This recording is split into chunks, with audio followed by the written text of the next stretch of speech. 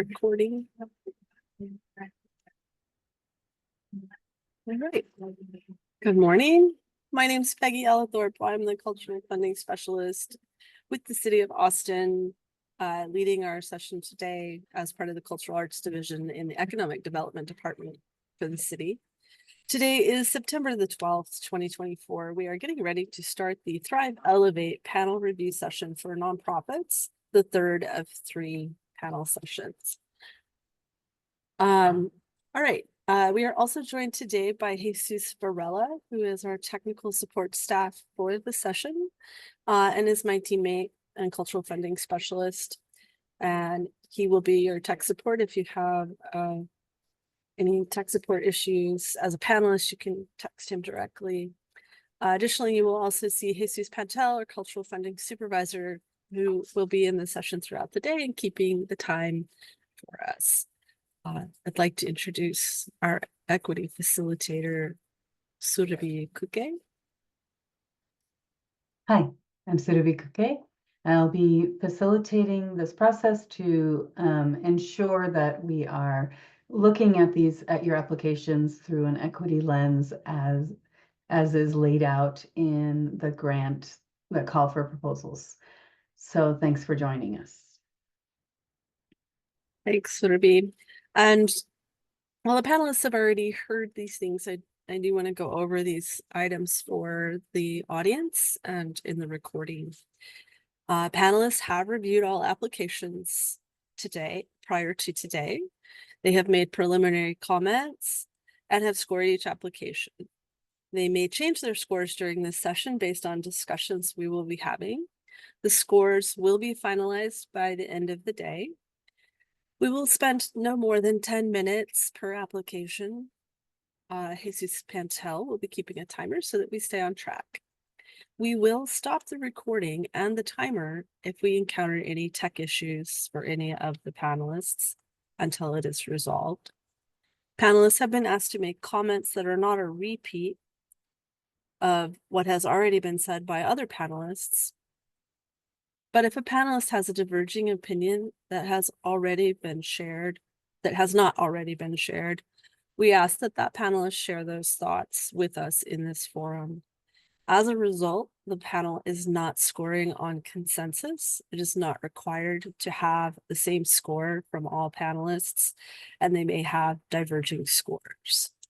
Panelists will not announce numeric scores, but will provide overall application comments and indicate whether they scored it high, very high, low, very low, etc. Their comments should align with their review criteria in our scoring rubric. Panelists should not base scores on information that is not a component of the scoring rubric, such as financial need or past grant activities. We do ask panelists to look beyond grantsmanship. Firsthand experience with an applicant's work may be taken into consideration, such as having been to a performance by the applicant in the past. That would be firsthand experience. Reading about it in the news would not be firsthand experience and would not be allowed. Panelists were allowed to look online for more information about the applicant, such as their social media presence or website, but it was not required for them to search for additional information beyond the application provided. If the panelist has a conflict of interest, they will recuse themselves from the live review.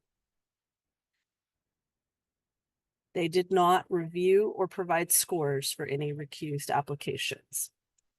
During the review, a panelist who is recusing themselves will turn off their camera and mute themselves while that application is being discussed. They will not come back into the session until the scores are finalized for that particular application.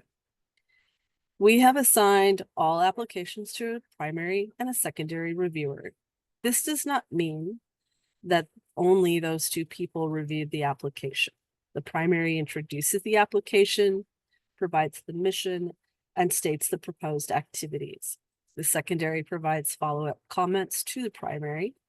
We then open it up to all panelists who may bring up other elements of the application in their review.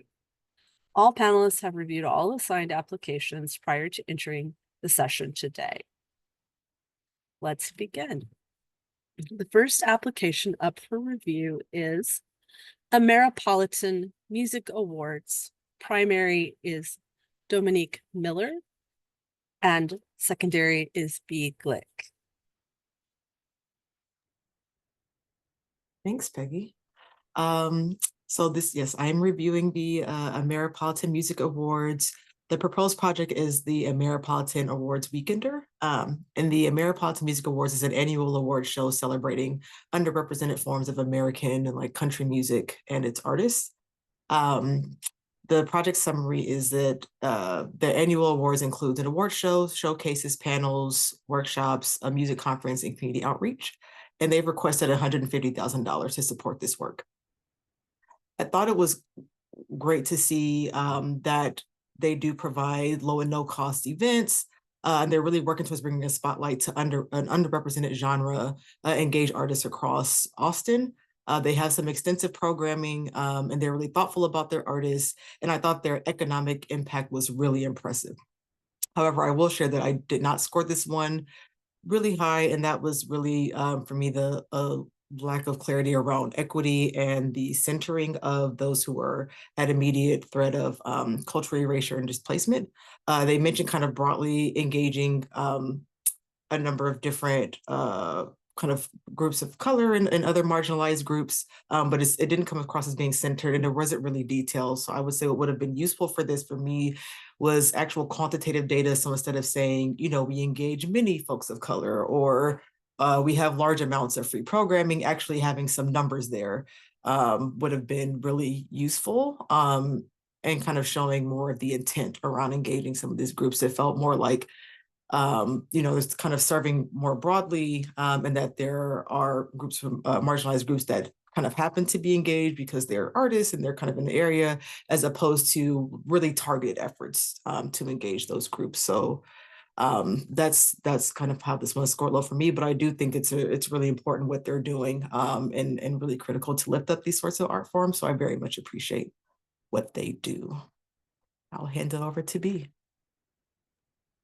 Thank you. Yeah, there's a lot of agreement here, admittedly, between us.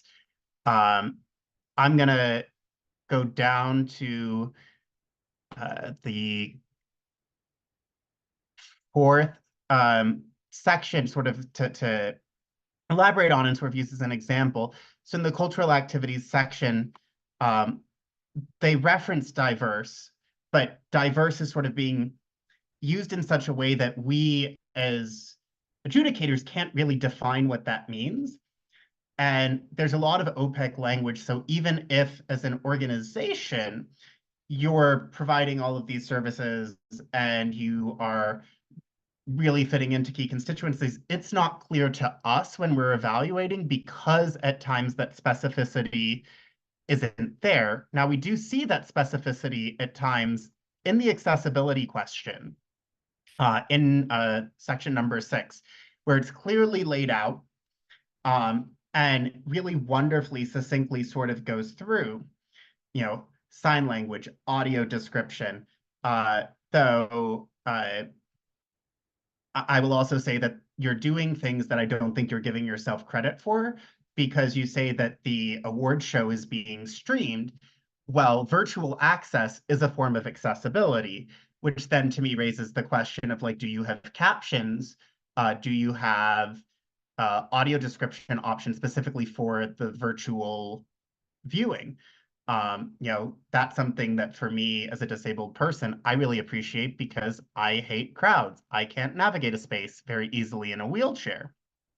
But where I get a little confused is in the budget section, a lot of the accessibility elements that you reference don't come up. Instead, it's the very first time that we hear anything about transportation. Now, this transportation, the way it's presented came off to me like it's potentially a courtesy thing for musicians, not accessible transport for people with mobility issues. And then there's nothing pertaining to what would be the ASL or the audio description. So it's be consistent. from the beginning of your application, whatever means you use, to the end. And ideally for us as assessors, it should sort of feel like a story. I too scored this sort of in a medium space.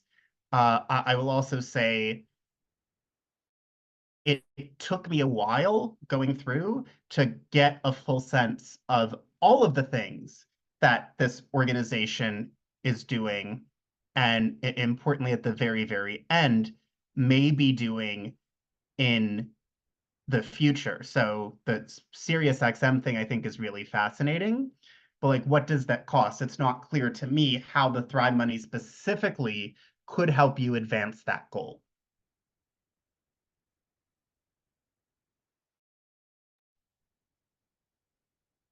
Thanks.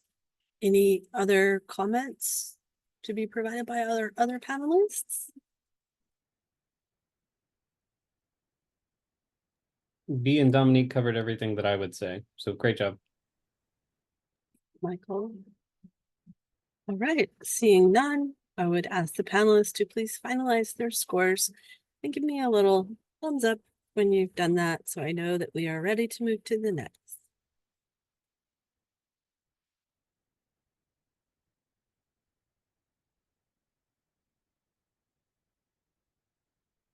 Monique, you're ready?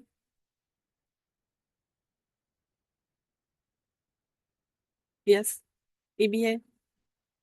It flashes so fast, I didn't catch it. Okay, well, we'll move on to the next. Our next application is Indy Mean. Our primary is June Beth Kim, and our secondary is EBA Anga. And June Beth, whenever you're ready to begin, we will start the timer. Yeah, I really enjoyed grading this application. I felt like it was a very robust application, clearly stating their mission and how it is in alignment with the city's primary constituents. I also appreciated, and so Indie Meme is a nonprofit, and its mission is to influence social and cultural awareness and consciousness, and encourage and facilitate conversations through curating and showcasing exceptionally made, socially relevant, independent cinema from South Asia and Iran. They are proposing to have cultural activities that includes South Asian Film Festival, IMFF, and it will be their 10th festival in 2025. Also, they have other diverse programs such as indie meme master classes to help producing 2 indie meme classes focusing on film appreciation, scripting, casting, and storytelling led by industry professionals. And also they're having indie meme lit events, which will offer author readings, access to South Asian emerging voices in the field of literature. I think just overall, their proposal to have authentic representation and inclusion of South Asian and artists and creative were very clearly stated. And I think it was very cohesive in terms of their budget, reflecting their applications and their mission. I did. So it seems like they are very focused. Their primary focus is to amplify the voices of underrepresented and marginalized identities, and it seems like they are looking at marginalization even within their community from different vantage points, such as including senior members to be part of the program planning, or looking at any intersectionality to make sure they have resources and accesses, and also have opportunities. So I gave them a pretty high score for their application. I also found that it is really important to amplify this community, because I think it will help to like there's a lot of like generalized idea of what an Asian community is, but I feel like this gives more of a diverse and inclusive representation of the large Asian American Pacific Islander community.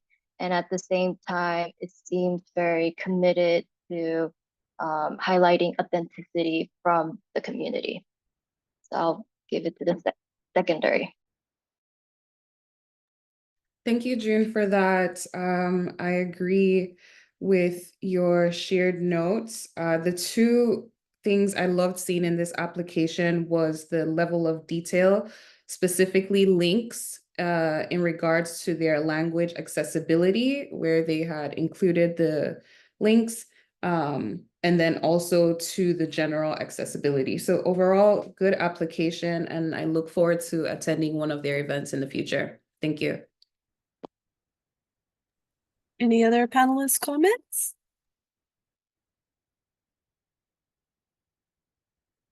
Yes, Bea. Yeah, so I will dip. Oh, I think we're having a hard time hearing you, Bea. Is anyone else Can having you a hear hard time hearing Bea? We're gonna need to stop the timer for a second. Try again. Can you hear me now? Yeah, there's some background noise. Maybe it's coming from you or I may switch off the buds in a second. But with the accessibility response, most of what's presented does not address things that go beyond the actual requirements of the ADA. And subtitling for a film that's not in English is not an accessibility feature. Open captions, which includes indications of things like sound, would be an accessibility feature. And so when you get to the language accessibility section, and this to me is something that's very important because I've seen this happen in a lot of film festival environments, a person who is deaf or hard of hearing cannot properly enjoy the film to the best of its ability if it doesn't have open captions versus subtitles. So having a sign language interpreter sort of defeats the purpose if you're not showing the film in open captions, because also then if there's even just a little bit of English, they're not getting that bit of information because it's typically not going to be subtitled at all. So what I'm looking at as an assessor is you're paying for a premium service to provide the ASL interpreter, if you would. It's a much more expensive service, instead of requiring that the films present with open captions so that they can have the proper access and then have interpreters as well after, so they can see the film and enjoy the Q&A.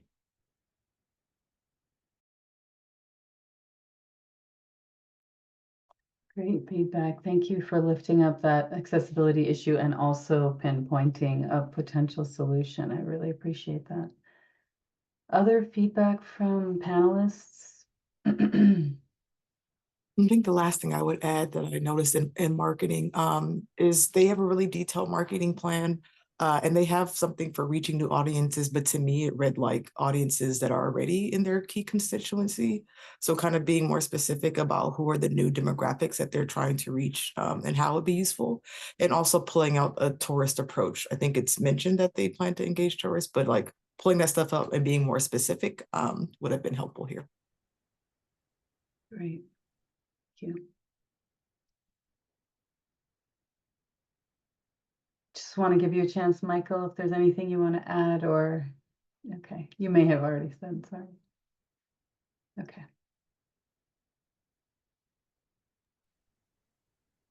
Okay, last opportunity for comments on indie meme. Hearing none. Panelists, please finalize your scores. And give me a quick, or maybe not so quick, thumbs up. Thanks, Bea. Michael. Bea. Dominique. Thanks, June Beth. All right, so we can move to the next. Our next application is Space Flight Records. Our primary is Michael and our secondary is June Beth.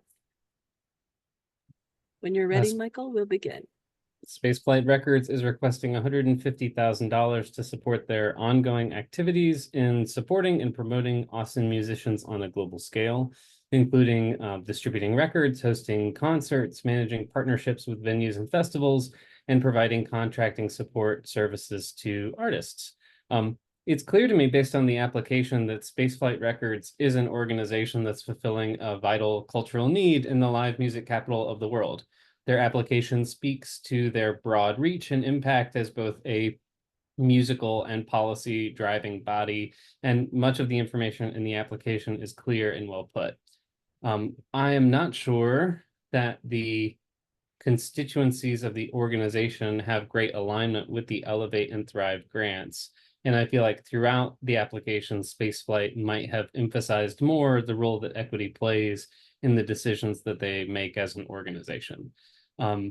It seems like they offer a large umbrella of support to a wide community of artists, and it's not clear to me that they focus intentionally on the groups that are most at risk of cultural displacement and erasure. So in the future, the application might speak to that using a bit more quantitative data and detail.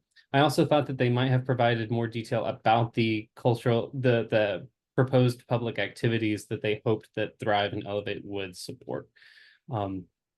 And some of the institutional building goals in the application were also a bit unfocused to me and seemed very difficult to measure. So as you think about the type of organization that you want to be in the long term, establishing metrics for what that success would look like, I think would be really helpful here. Those are my big notes.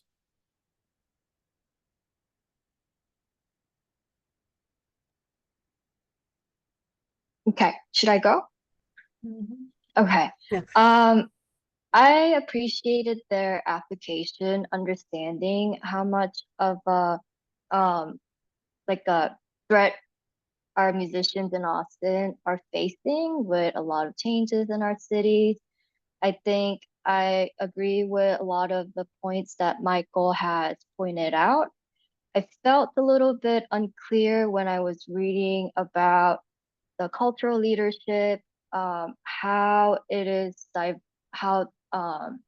wondering if there are any more voices within the decision-making groups, other than the sole leader, how they can reflect their mission to support the constituents that they're serving. And I felt a little bit unclear on what are the practical and real steps that will be involved in their public activities. I felt they're very great missions and something that we as Austin City could aim for. However, it was unclear for me in terms of practicality or like more details on like specific names of the events or specific partnerships they are looking for and who would be involved and etc.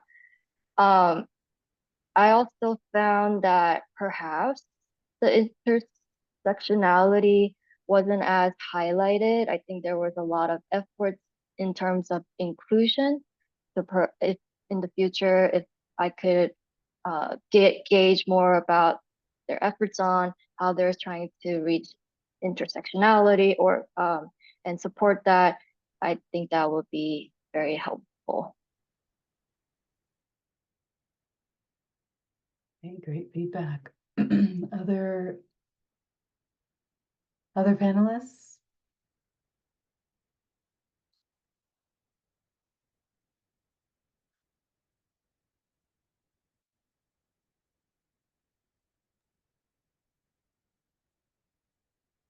Okay, it seems like we don't have any further commentary on this one. So panelists, please finalize your scores. Thank you, B. To that EDA. Dominique. All right. We'll move on to the next. Anthropos Arts. Our primary is Dominique Miller, and our secondary is Michael DeWatley. Dominique, when you're ready, we'll begin the timer. Anthropos Art's mission is to empower low-income teens through musical instruction and mentorship by connecting them with professional musicians. They particularly have, looks like 3 kind of buckets of programming: individualized instruction, performance opportunities, and workshops and sound checks. This particular proposed project for this funding is the musical mentorship program. And the project summary is to expand outreaches and support the artistic salaries of musicians who lead the music mentor program, workshops and sound checks and performances, and they have requested $150,000. I found this to be a pretty strong proposal. It was great to see them targeting youth who are most at risk and providing free programs and giving paid opportunities to artists with free programming, and that being a priority. The mission is very much rooted in serving low-income populations, which does include communities that are facing immediate threat of cultural erasure and displacement, but I do think that's different from centering those communities. That makes sense. So that did impact scoring for me. They serve the communities well with performances and educational workshops. I thought they had really impressive statistics on how they have supported students and what the impact has been from their programming. But some of the things that I did dig them on again was some things around accessibility. I have a note here that ADA or more expansive disability services were not mentioned. And in marketing, they didn't mention targeting individuals with disabilities or tourists explicitly. So having that would have definitely increased the scoring. So my end, they did indicate an interest in collaborating with visually impaired artists and their training staff to support neurodivergent program participants, which is great, but there's a kind of range of other, I felt like, disability services and offerings that could have been accounted for that weren't in this particular application. But again, overall, I thought it was good. I think it's great what they're doing with youth. But the things that I think them on were just they don't center those at immediate risk of cultural erasure and displacement, and I think accessibility could have been stronger in this. I'll pass it to Michael. I think Dominique's feedback is very comprehensive of a lot of my feelings as well. And some of the questions that I had about the key constituency alignment, which does seem to be closely there, but how centered those groups are is a great question. And similar note about the marketing plan, tourists are welcome to come to these events, but it doesn't seem to be a central consideration of how they're reaching out to other communities. So yeah, that's about all I have to say on this one. Okay. Other panelists?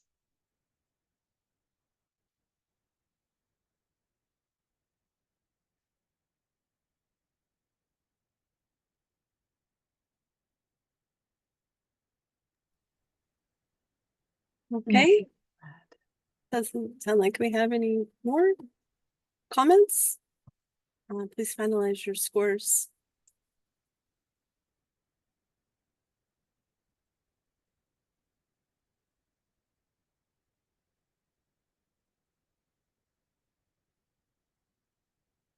B and Michael, I might have missed your thumb. Okay, looks like we're ready to move on. Our next application is Beat for Beat. Our primary is EBA and our secondary is June Beth. Whenever you're ready, EBA, we'll start the timer. Thank you. Beat for Beat is a nonprofit founded in 2014 to provide music education to at-risk students while simultaneously providing supplemental income for local music professionals. They are seeking $150,000 and their proposed activity is the Beat for Beat teacher concert. So I appreciated that with this application, they state their key constituents with percentages. I will say, going through this application in the marketing section, I would have liked to see an effort to reach tourists. Also with their accessibility section, I would have liked to see more detail on how they are in fact attending to those students with special needs.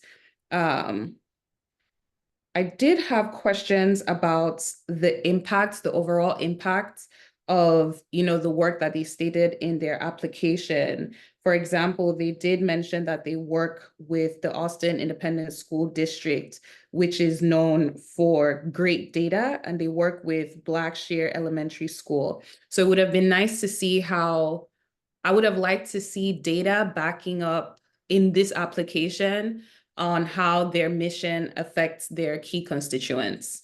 And so those are my notes for this application.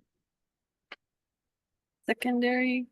Yes, I agree with EBA's comments for most of them. And then I think what I want to add is in regards to their program's impact, I feel like it has a lot of impact for these key constituents who are students. However, I was wondering their impacts beyond the students.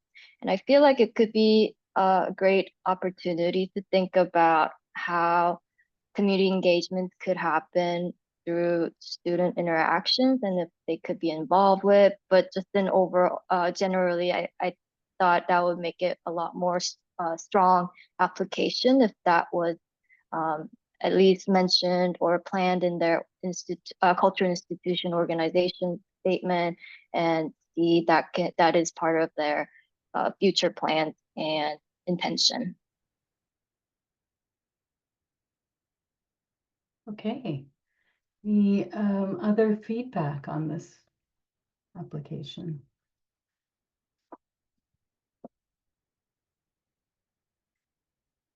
Anything that stood out?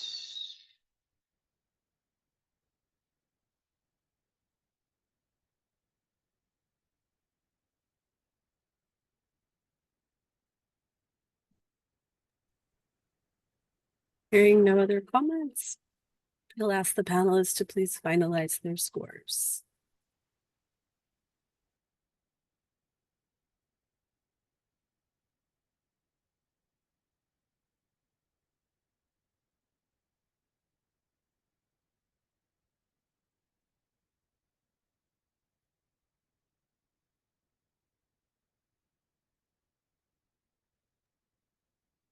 Jim, Beth, are you ready? Okay. We'll move on to Roy Lozano's Ballet Folclórico de Texas. Our primary is B and our secondary is EBA. Thank you, Peggy. So Roy Lozano's Ballet Folclórica de Texas, or RLBFT, was established to create opportunities for Mexican Americans to perform and preserve the dances representing Mexico's vast cultures and traditions.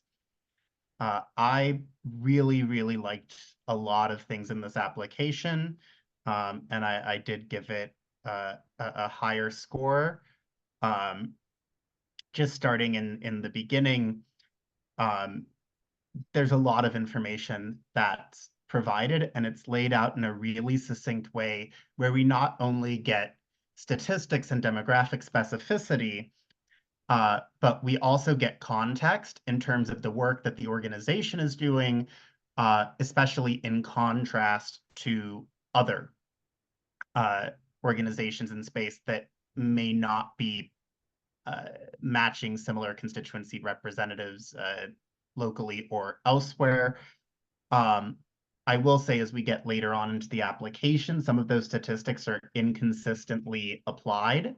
So like if you are citing a community for, say, like you were citing LGBTQIA plus people at the beginning of your application, if you are citing demographics for others in terms of what represents leadership or participants, make sure you're citing those same things or note why you don't have those statistics, because otherwise it reads at times like you are selectively showcasing communities and then not properly fulfilling their space. And that is maybe not the case of how the organization operates. Now, a lot of the potential Thrive funding is going to an event that is next year, which is hosting a competition.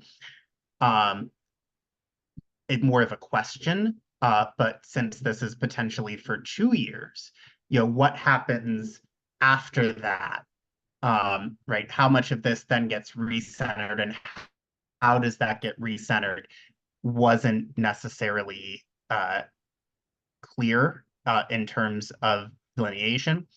I will say where I struggled was in the accessibility response. There's contradictory language. Now, the joy of disability is that disability itself can be in conflict with each other. But the real example that's cited is you can lower the volume of the music or raise the volume of music. Obviously, you can't do both at the same time. And those are by request services by nature. And the question is, right, what are you doing beyond request? What is beyond the ADA? And you mentioned that you have a number of dancers with physical disabilities as well as sensory disabilities earlier on. So like, do you have a sensory friendly space that they can go to take a break? Is there special equipment or resources that are allocated for dancers that have mobility challenges or need to sit down or what have you? The closest we sort of get is that reference to individuals who are deaf or hard of hearing. But that means, are they being placed in the dance itself, specifically as close to the speakers as humanly possible, and are those speakers being adjusted for sightline purposes, et cetera, et cetera. But I really was fascinated by so much of what's being done, and it's pretty impressive, and to their credit, to get this competition into the city of Austin. And I do wish that we had a bit more info about what the demographics are of that competition, but I realize the organization might not have that info because it is not their event year to year. Overall, very good job. Thanks, B. As a reminder, we don't want to compare applications to one another. We just want to compare them based on the actual content of the application. And then just as a general note for the audience and the panelists, the second year budget is something that the staff would access after the end of the first year. And that was the easiest way to move forward with the combined Thrive Elevate panels. So that might add a little bit of information to the process. I would like to hand it over to our secondary EBA at this time. Thank you so much for that. And thank you, B. I agree with your notes. The main note I have here is that it was great to see that in the language accessibility section, while all of their staff but one speaks Spanish, they are even making an effort to hire and train professional staff, additional staff, and this is reflected in their budget as well. And not just in person, but also like virtually, because it mentions that they would be paying for a professional assistant to publish a Spanish translation on their websites. So I really appreciated that, but good application. Thank you. I had a comment, more than comment, actually, a question to B. I guess I wanted to just clearly understand when you said the application mentions their key constituents to include LGBTQIA community. However, you hope that you would see more of that reflected in the cultural leadership. I just happened to notice in the intersectionality and inclusion section, there's 20% LGBTQIA plus include their leadership who also serve as decision makers and role models. Do you think that could suffice, or is that I wanted to understand? Yeah, so what I'm saying is the info is there. It's just not being consistent every time it's being cited. So if you're going to highlight these 4 communities or demographics, do it every time. And if you can't, note why you're not. So perhaps more cohesive throughout the Yeah. application. Gotcha. Thank you. Okay, great feedback. Any other comments?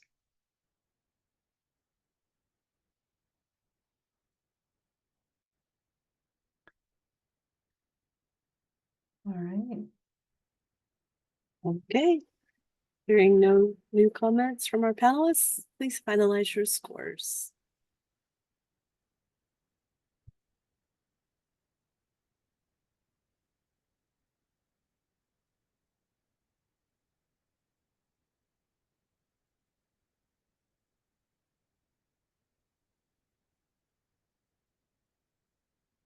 Thanks, Dominique.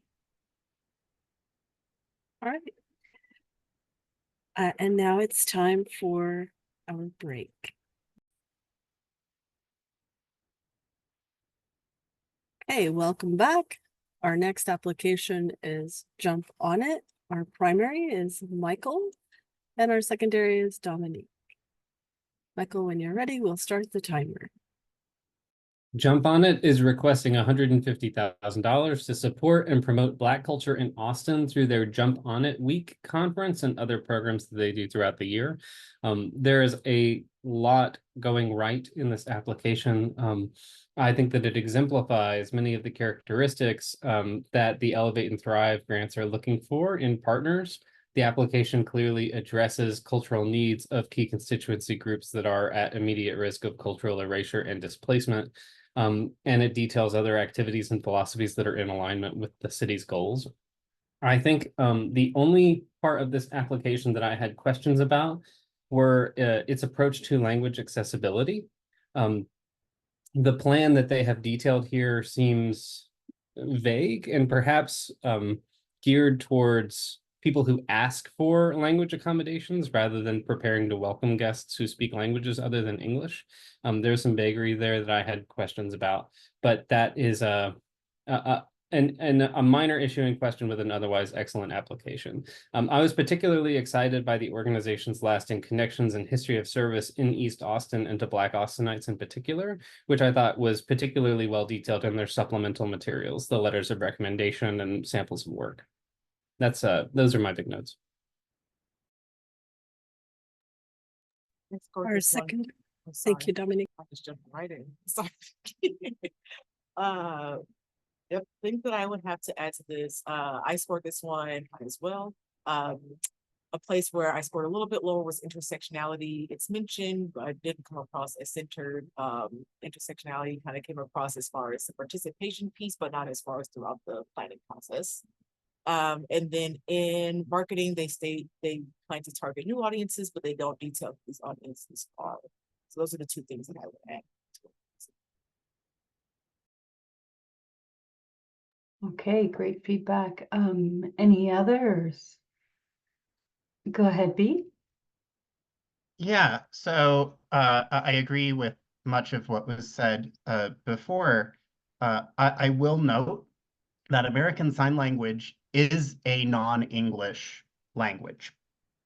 And though it is not cited in the language accessibility section, it is cited in the accessibility section and could very easily have been used as a language of reference or the language of reference point in that section to apply. So don't, as an organization, sell yourself short of what you are doing. But along those same lines, in the accessibility section, and I want to be clear that this is not a scoring thing, because it's clearly stated what the organization is doing. But it is a pet peeve of mine when we're talking about accessibility, the use of the word fully. So in reference to those who are deaf or hard of hearing, it says that providing sign language interpretation allows them to fully engage. And then it references fully participate for people who are disabled later on. That language serves to remove autonomy away from people who are disabled. And I can guarantee you that simply having American Sign Language does not allow people who are deaf or hard of hearing to fully engage. right? That's not having ASL interpretation during a panel does not allow them to freely interact in the same way that an individual who does not have a hearing impairment does in terms of networking, in terms of casual engagement. And having an interpreter that one has to look at pulls away from the panel. So that is also why very frequently when the opportunity is available, not just having ASL, but having cart captions, live captioning, that allows for multiple ways for them to potentially engage and digest information. It's still not going to be fully, but be very careful of speaking for a community when the community doesn't have the opportunity to speak for themselves, or in this case, sign for themselves. Thank you. Great feedback. Do you have a recommendation for a word instead of fully? Yeah, I think remove it Mhm. completely.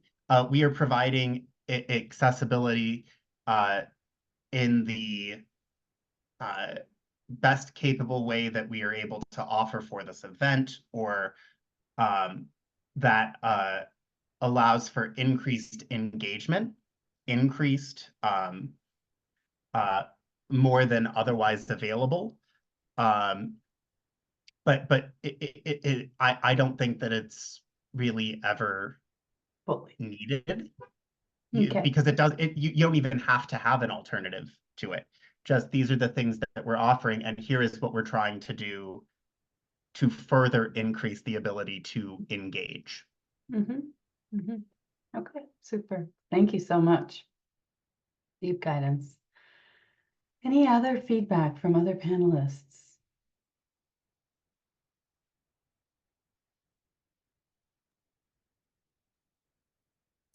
Being none, we'll ask the panelists to please finalize their scores.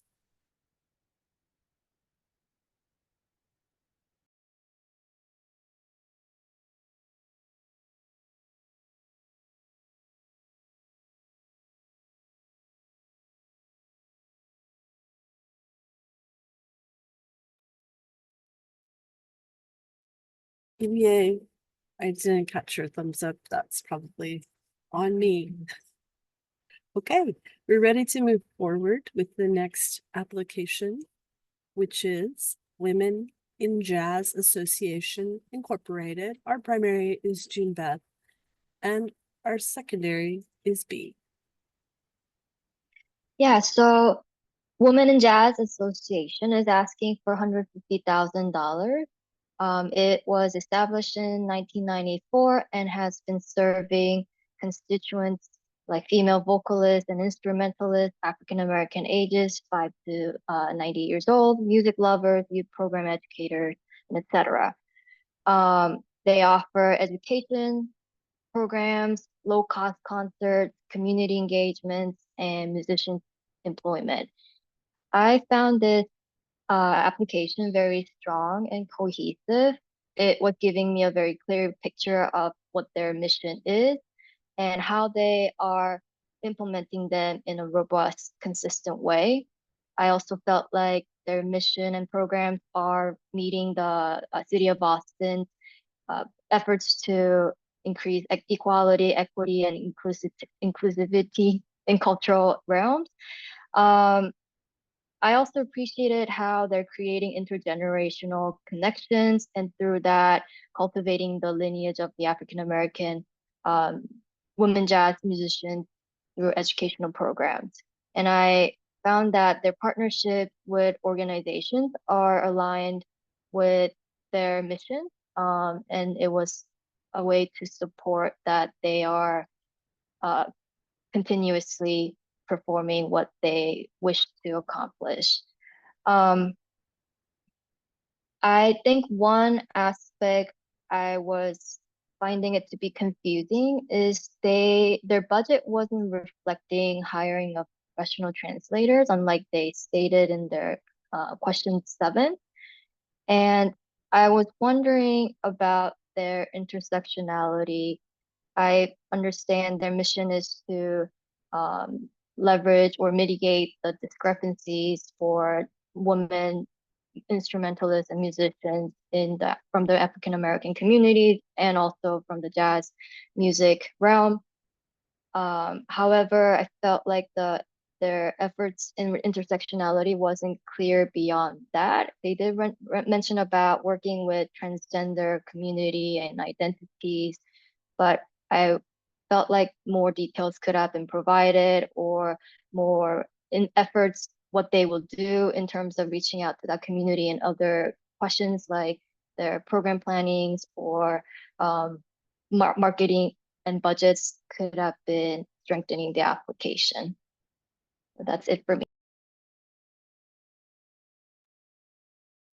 Thank you. I also found a lot to love in this application. There's a lot of name dropping that made me personally smile. That was like, wow, I'm really impressed with some of the talent that is being able to be brought in and some of the partnerships that exist. However, I have a jazz background. Many of the people who are evaluating these applications may not.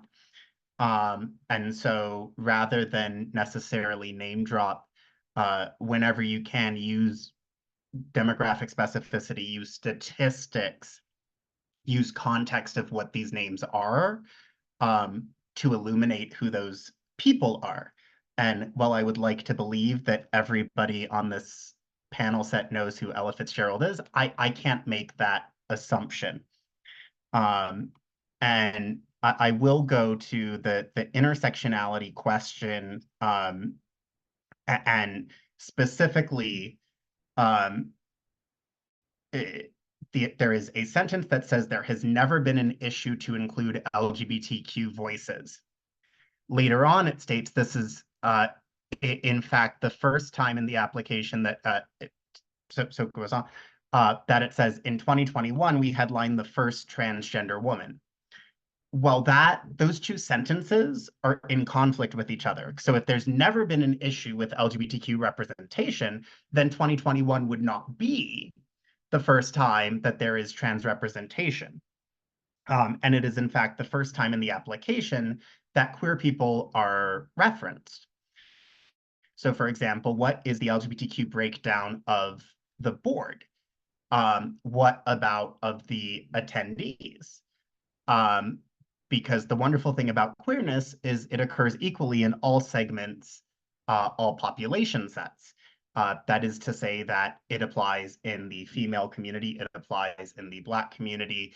But the question gave me pause in how it was being addressed. And just be very, very careful, because if you're saying something didn't exist before, then there had to have been a reason that it didn't exist. And that's a place to acknowledge where growth may be present for the organization. Along those same lines, the vast majority of the accessibility question is spent with things that apply to the ADA, not things that go beyond the ADA, even though you do clearly provide services well beyond the ADA. It then had me ask the question, with all of these musicians, what about showcasing disabled musicians?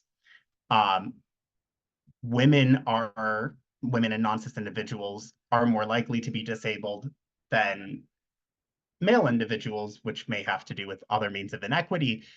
But they themselves represent the second largest minority in Austin. So, do you have musicians, for example, who are playing on alternative saxophones? I just got my first alternative clarinet that allows me as a quadriplegic to play, and I'm super excited. But what are you doing in that space? And that's sort of being nitpicky, but that's because this really is a great application. And to end on a positive, you don't actually give yourself credit for something that you are doing in the language accessibility question, because ASL is a language that is not English. So actually you're providing some type of service for a third language on top of the first and second that are already mentioned. Great job.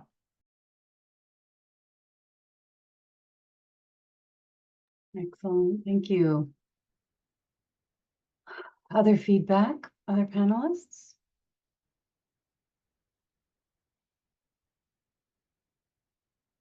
We, I have Um, a quick go question. ahead, Michael. Sorry, I just have a quick question for the other panelists. When I was looking at the marketing plan, I didn't see any mention of efforts to engage people with disabilities or those who did not speak English as an intentional part of the marketing plan. Was that something you all saw? Yeah, I did not see it there, and that was factored into my score. Great.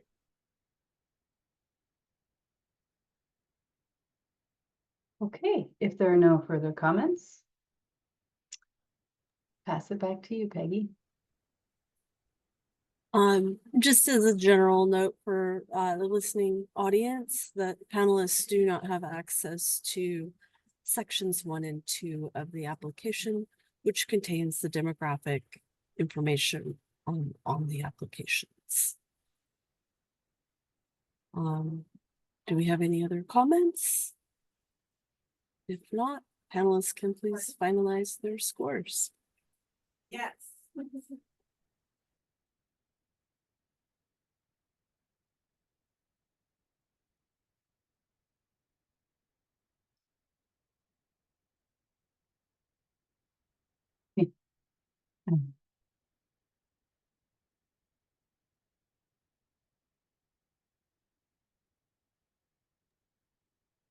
EBA and B, you ready? Thanks. Okay, our next application is India Fine Arts Incorporated. Our primary is June Beth, and our secondary is EBA. EBA, whenever you start speaking, we'll begin the timer. Am I the primary or? Oh, cool. Okay. So India Fine Art is an organization established in 1995, creates awareness and appreciation for South Asian culture. They provide artist in residence programs, concerts, and outreach events. And they are asking for $150,000 for their budget. I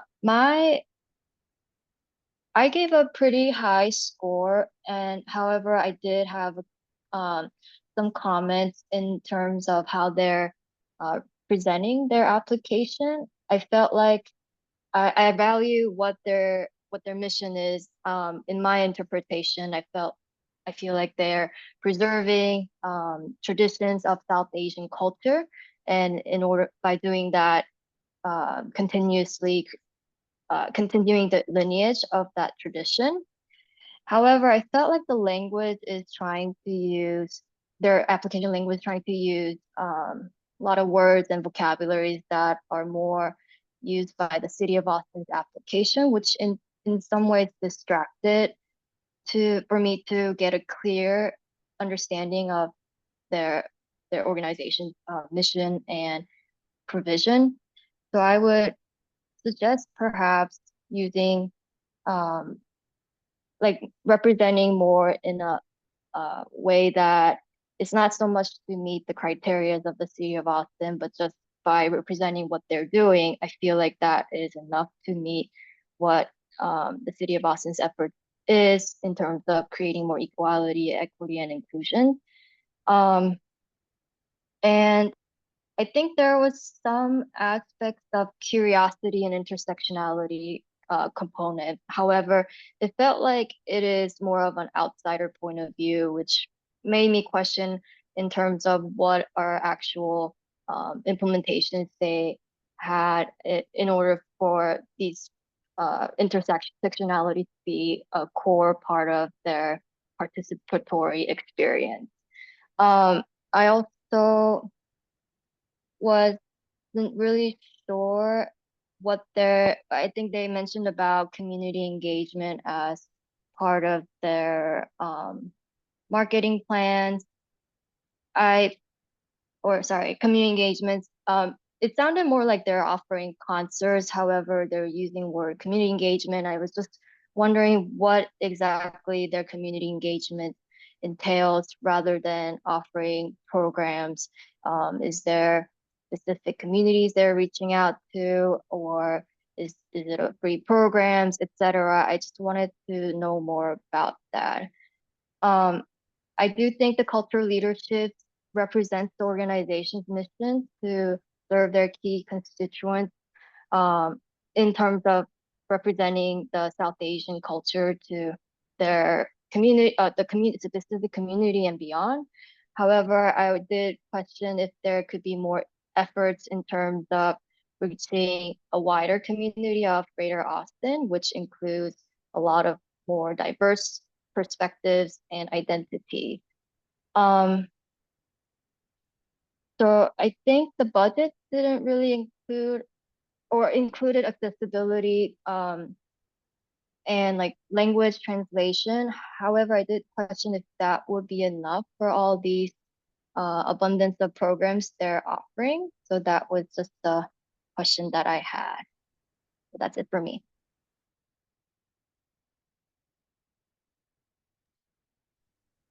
And our secondary is EDA. Okay, thank you, June. I share your sentiments when it comes to the broadness of the application. I would have appreciated some specificity when it came to the accessibility section, language and accessibility.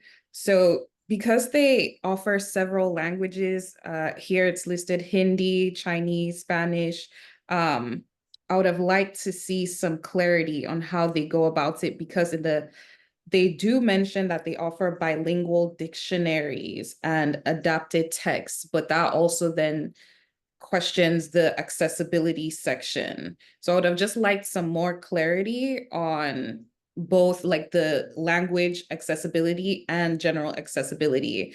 A recommendation that I've found is when offering closed captioning, you might as well make it open captioning, especially when working with communities of languages of various backgrounds. But I do share the same sentiments of it felt very broad, and I would have appreciated some specificity in both sections.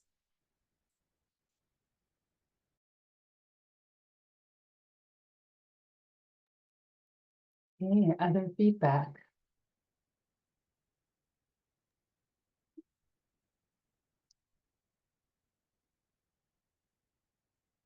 Yeah, I agree with much of what has been said.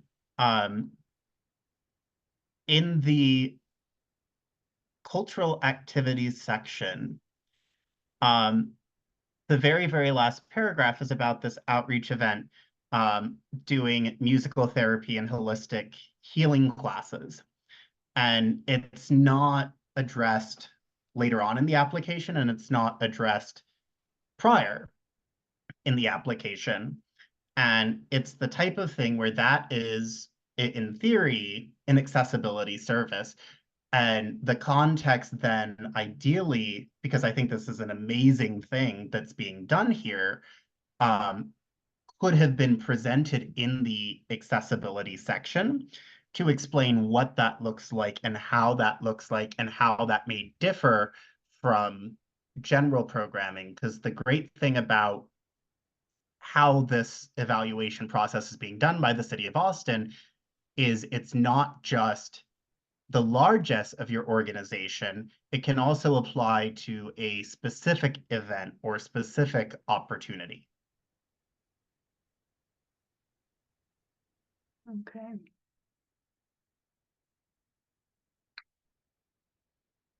Excellent. Any other feedback?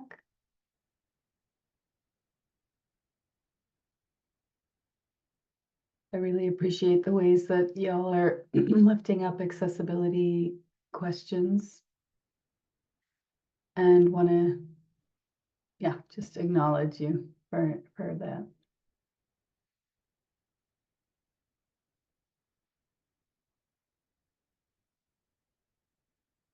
Looks like people are ready with their scores. Hey, we'll finalize some scores.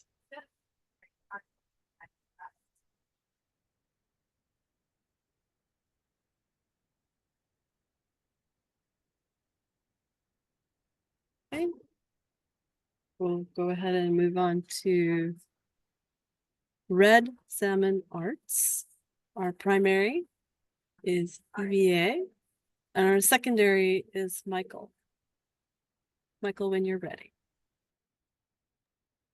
Okay, Oh, yeah. yes, yeah.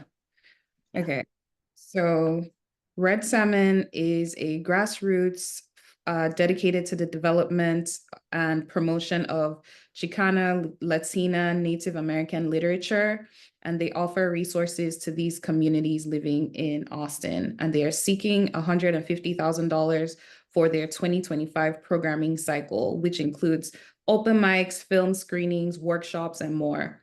I am impressed by their inception story. I did notice that it is a detailed application. However, I have a couple of notes when it comes to their accessibility, their marketing. I think this was in regards to their accessibility. I think it was a missed opportunity to, mention how they're working on this as opposed to listing out the challenges when it comes to accessibility. I would have liked to see what they're doing about it in their organization. I would have also liked to see this reflected in their budget, as they do mention it in these sections. Seeing that as they're on their way to be a cultural institution in Austin, I did not notice, and I can check on this again. I believe the capacity building expenses was missing in their budget. And this would have been a great opportunity to, detail how they are in fact becoming this cultural institution. And with marketing too, that was missing. And I think it's very crucial for an organization doing great work like this to an amazing work for these communities that are at risk. I think it was a missed opportunity, as there's a whole group of people looking for this type of work and space. Let's see, I want to make sure I covered most of my notes. So in the budgeting section, it wasn't a high score, just because there was a lot of missed opportunity to get into how they can, in fact, become a cultural institution or serve their key constituents, specifically in regards to accessibility as well. And I'll pass it on to the secondary. Yes, thank you so much for that. So a lot of what I have to say is in alignment with what was just offered. I do think that it's an exciting organization that hugely benefits the cultural community of Austin in general, and communities at risk of cultural erasure and displacement in particular. The samples of work are really exciting, and it seems like this program would be an excellent match for the funding priorities of the Elevate and Thrive grants. I appreciated when it came to their accessibility answer that they acknowledged that they don't know what they don't know, and would hopefully use some of the city's resources, not just the money, but also their expertise, to do an investigation into how they can augment their accessibility efforts. But right now that answer is very unformed, which is unfortunate. I also noted the issues with their budget not including production expenses, as well as what was previously named missing marketing expenses. The budget is primarily geared towards the payment of administrative staff, which I imagine would certainly help them achieve cultural institution status, but does leave some questions about how they intend to do a lot of the other exciting activities that they propose doing without necessarily a lot of funds to make those events happen. But very exciting ideas in this application. I was really thrilled with that.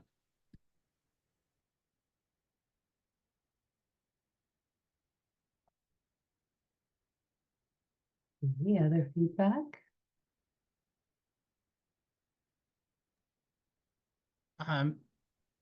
Yeah, so this is just to the benefit of the applicant. In the accessibility question, they focus on their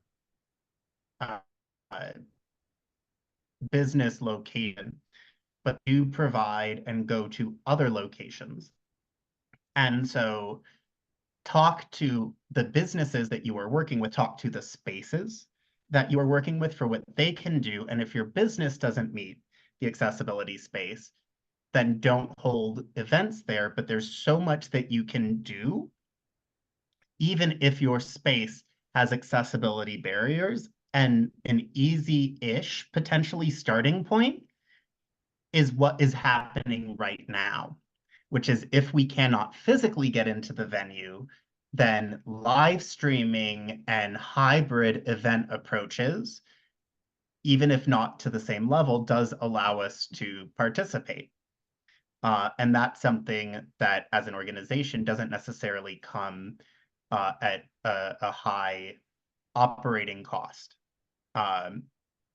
Similarly, for that section, arranging for captioning to happen in real time can be done, depending upon the model, in a very affordable way. But I really do want to applaud the organization for admitting to their shortcomings.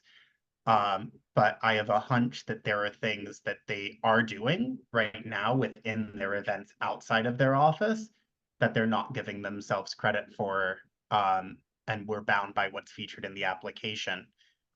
So I do encourage you to continue to indicate where you want to grow, but also look to what you're already doing.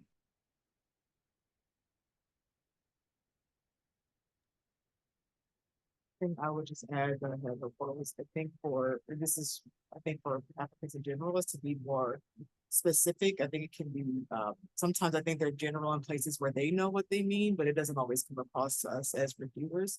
So being more specific, for example, they mentioned their staff is fluent in Spanish. So like that covers like translations need for other staff trained. Do they handle all the needs and all the events? Are they also doing the written translation? So just like those sorts of details, I would have found helpful kind of across a few different sections.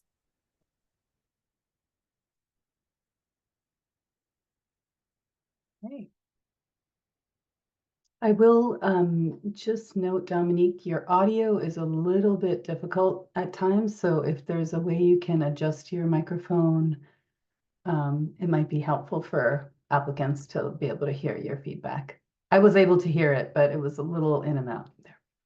Thank you. Anyone else comments on this one?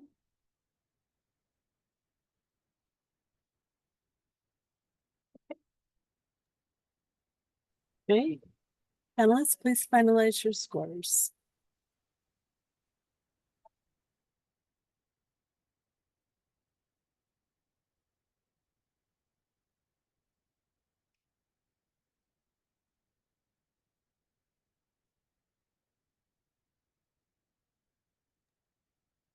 Right, moving on to the next, we have New School of Music, Austin. Our primary is Dominique and our secondary is EBA. And when you're ready, Dominique, we will start the timer. Sure. Can you all hear me okay first? Yes. Sorry, I do think my headphone jack, they were going a little bit in and out. So apologies there. Let me know if This is great something now. moves. Okay. Perfect. So the New School of Music is requesting $150,000 for their 2025 programming. The 2025 season includes the 10th annual Jazz and Blues Camp, Texas Blue Jazz Festival, spring and fall charter school classes and recitals, as well as concerts, master classes, and a workshop series. Overall, I found this to be a good application.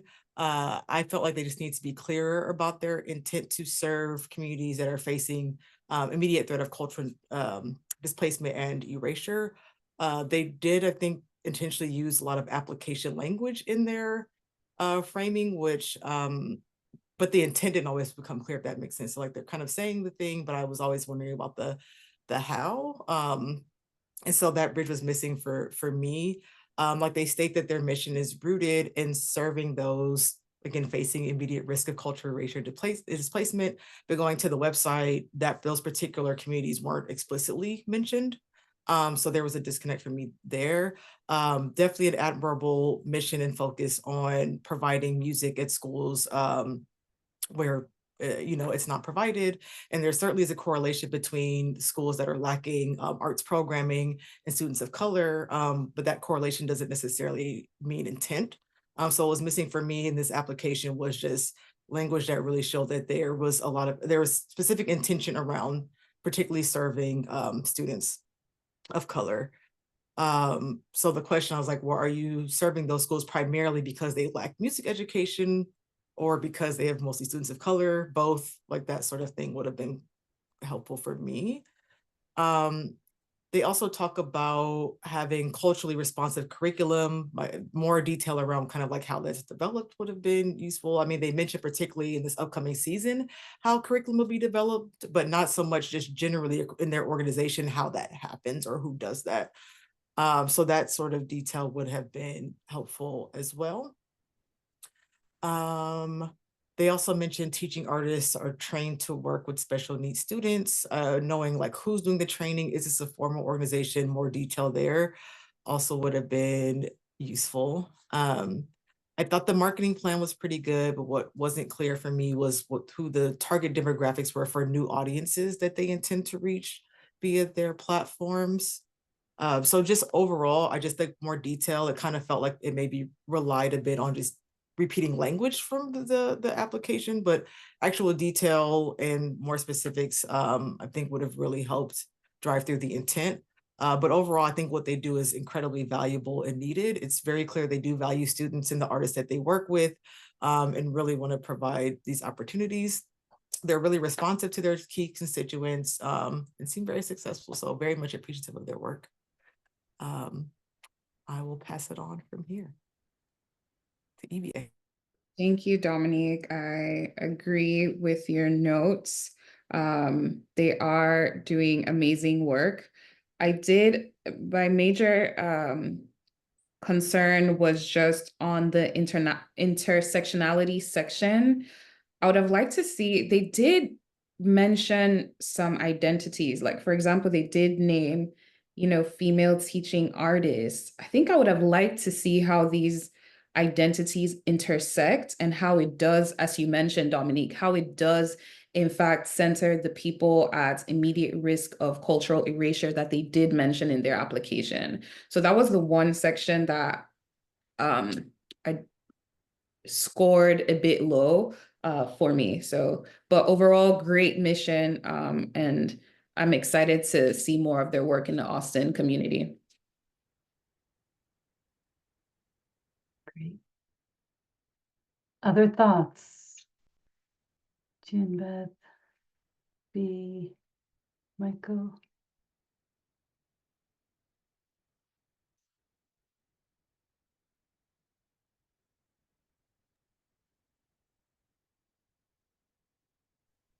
Okay. We are, yeah, great. We aren't operating on consensus, but we might often concur. That's good. Okay.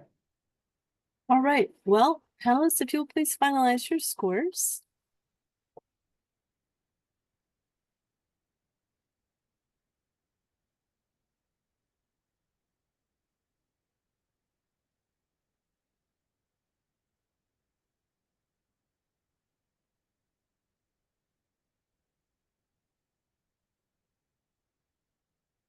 Michael, I didn't see. Thank you. All right. So the next one we have is CBA or Cultura Brasil Austin. Our primary is June Beth, and our secondary is Michael. June Beth, when you're ready, we'll start the timer. So Cultura Brasil Austin is established in 2018, and their mission is to preserve and promote the rich diversity of Brazilian culture. They offer cultural events showcasing music, dance, visual arts, culinary arts, etc. And they also have a library composing books in Portuguese. They offer bilingual minds learning center, and then also operate a preschool that speaks English and Portuguese. It seems like their mission is to support immigrant families with Brazilian roots, or that's at one part of their mission, by offering different resources and supports. I think knowing that a lot of the local Latin programs tends to focus on or cater to Spanish-speaking heritages, I felt like this application is a great way of diversifying and thinking about inclusion by bringing in the Portuguese-speaking country and their culture. That's part of the programs offered in Austin. And there was some, so overall, I felt like the application, it not only shows how organization is built from community efforts. I think from the beginning, a lot of the programs and through programming were established through volunteers of the community members. So this grassroots phenomena was very inspiring. I also appreciated how this is available to a lot of the Greater Austin community members through their large carnivals and celebrations, festivals, and etc. So they seem to be doing programs that are aligned with their mission statement. I think one aspect I was having some confusion was the part where they say they have a support group for Brazilian American families raising children with special needs, and it's a group called Aldeia. I wanted to see more of a supporting data either in the budget. Are they providing a rental space or implementing any rental space to accommodate these groups more, or is there any specific accommodation? For instance, when there's a festival and celebrations, how do you offer like a quiet place for people who might be sensitive to noise and crowds and etc.? I didn't really see additional information to see that not only they're providing it, but also expanding it and making it more robust in terms of what they offer for these constituents. So I think that would have strengthened their application more. Is it to be? I So think Michael, it's it's Oh, Michael. wonderful job, June. We have much the same thought on this particular application, which is to say that I'm very excited about it. I thought that it really represented a thoroughly engaged and powerful source of support for Austin's Brazilian community and culture. And I thought that they spoke to the key constituencies of the Elevate and Thrive grants in important ways and established how the money that those grants provide could help them build into a cultural institution. I had similar questions to you about accessibility. I noticed in their budget that the money they had allocated for accessibility also goes to, or is exclusively for American Sign Language interpreters, which is more of a language accommodation than an accessibility one. And a lot of the language in their accessibility accommodations seems geared towards the care of young people, as opposed to necessarily accommodations for adults or multi-generational people who might need those accommodations. So, but I did think that there were a lot of wonderful details throughout the application describing their cultural activities and the impact that they have in the greater Austin area. So it's a wonderful application, I thought. Excellent. Other feedback? Go ahead, Pete.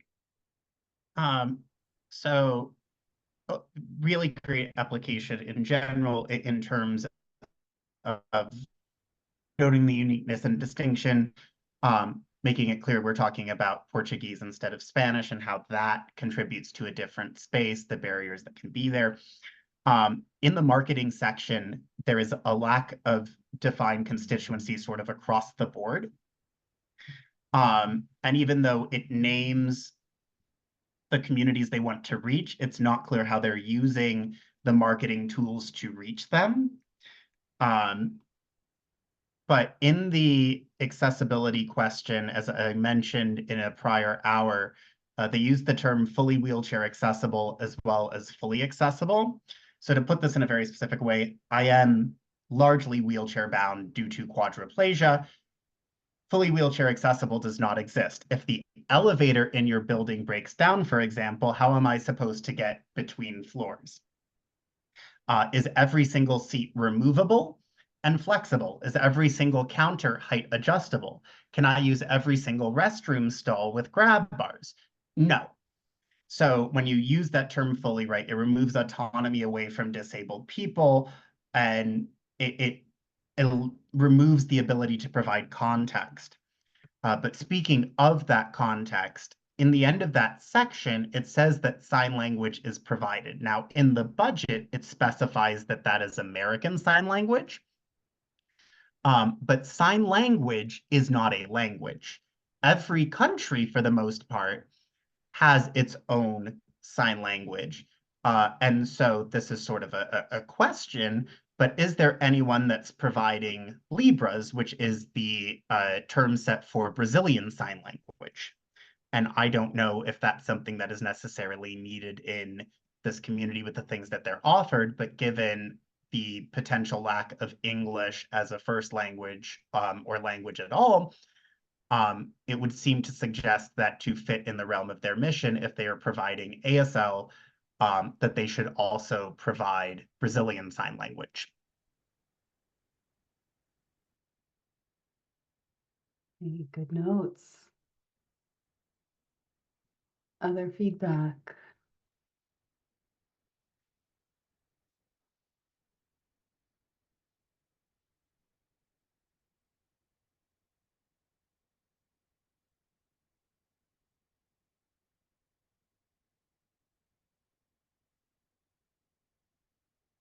All right. Okay, hi, panelists, if you would please finalize your scores.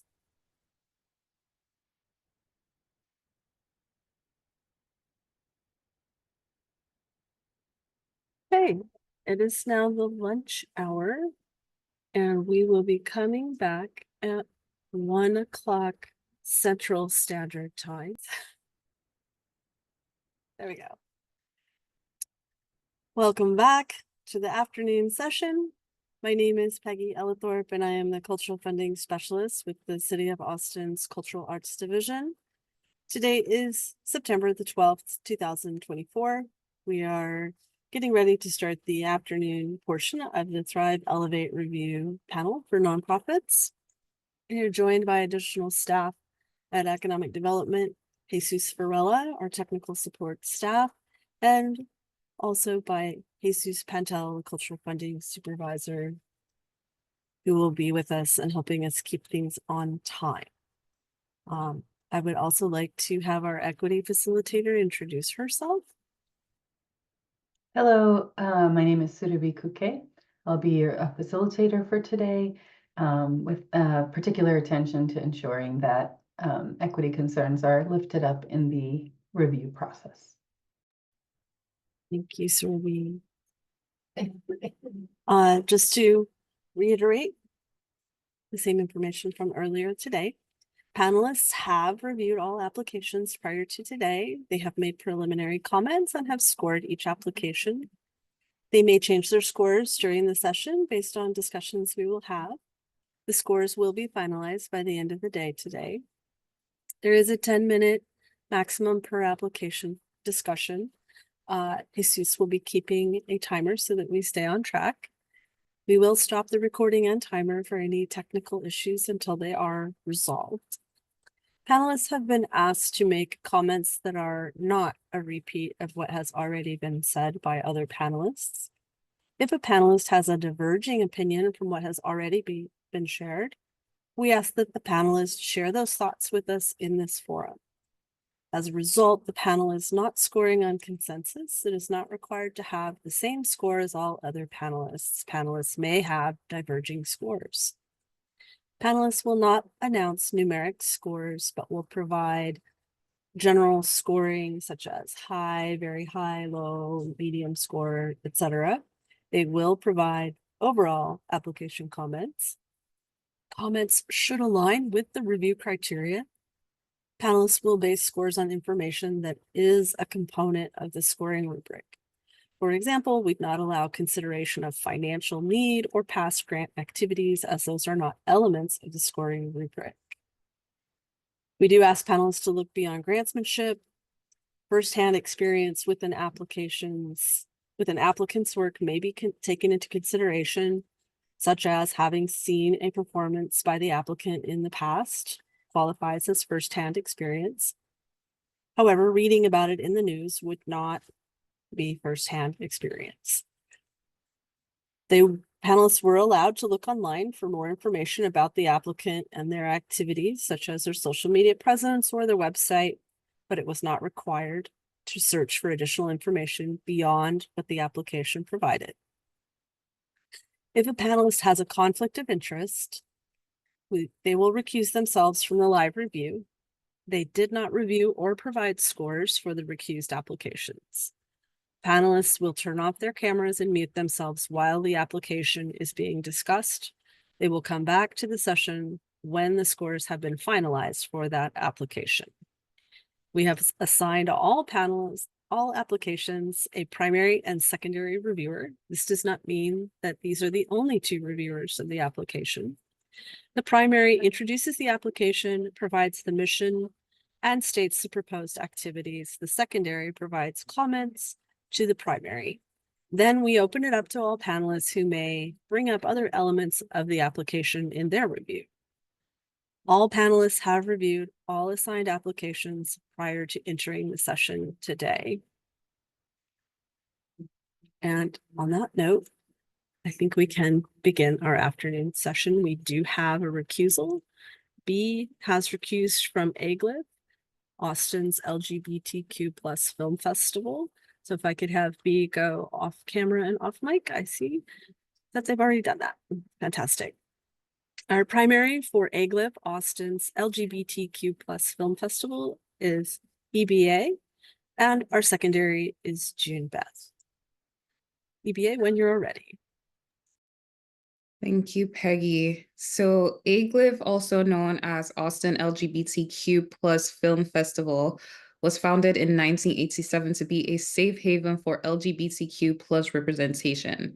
Their mission is to create positive film programs that are relevant to the lives of LGBTQ+ people and allies. They are seeking $150,000 for their 5-day film festival in 2025. I see a lot of good work from this organization, and that's reflected in their application. Intersectionality is a major strength for them, and it was great to see that their active collaboration alongside other organizations serving key constituencies that are immediate risk of displacement within Austin. I think that also plays a huge part in their language accessibility section, and I commend them for this. While they do mention their strong relationship with consulates, I would have liked to see how they implement these accommodations through trained professionals, because they do mention Taiwanese, French, Mexico. So I would have liked to see the specificity in that, because they did a good job in the accessibility section. I would have liked to see something similar in the language accessibility parts of the application. But overall, good application, and I'm definitely looking forward to attending one of their future events or the 2025 Film Festival. And I'll pass it on to the secondary. Thanks, EBA. I resonate with a lot of the aspects EBA mentioned. I felt like it's a very strong application, and it demonstrates how historically they have been serving communities that are at risk of cultural erasure or was underfunded by the city of Austin. One comment I wanted to make, or a question I wanted to throw out, is I see a lot of efforts in terms of collaborating with diverse identities, in terms of providing inclusive content. I was wondering if there could be more efforts in terms of reaching out to communities of that doesn't speak English as their first language, or how do they make their efforts to reach out to have more diverse, inclusive audiences on top of their content creation. So that's all I have. Excellent, thank you. And I appreciate you lifting up the diversity on all, like thinking about it from all perspectives, including who they're reaching. Any other feedback from either Michael or Dominique? This one was strong for me as well. I also really appreciated how they called out rural communities and lifting up marginalized folks that are out there. One thing that I noted, and panelists tell me if I missed this, was that they mentioned professional translation, I think a language accessibility, but I didn't see it in the budget. So that was just one kind of particular note that I had, but overall, I thought this was strong as well.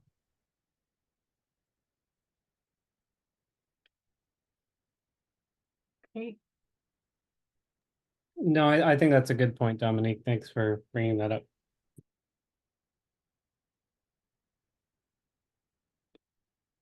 Excellent. Yeah, and noticing where you're actually thinking about ideas and how we're going to pay for them. The corollary, making sure the budget matches the vision, is really important. Thanks for raising it.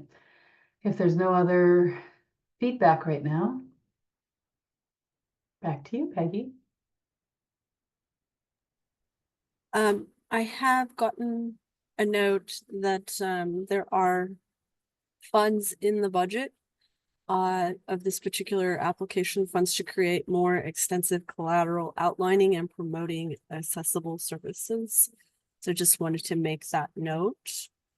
And if there are no further comments, we can move to the next as soon as everyone finalizes their scores.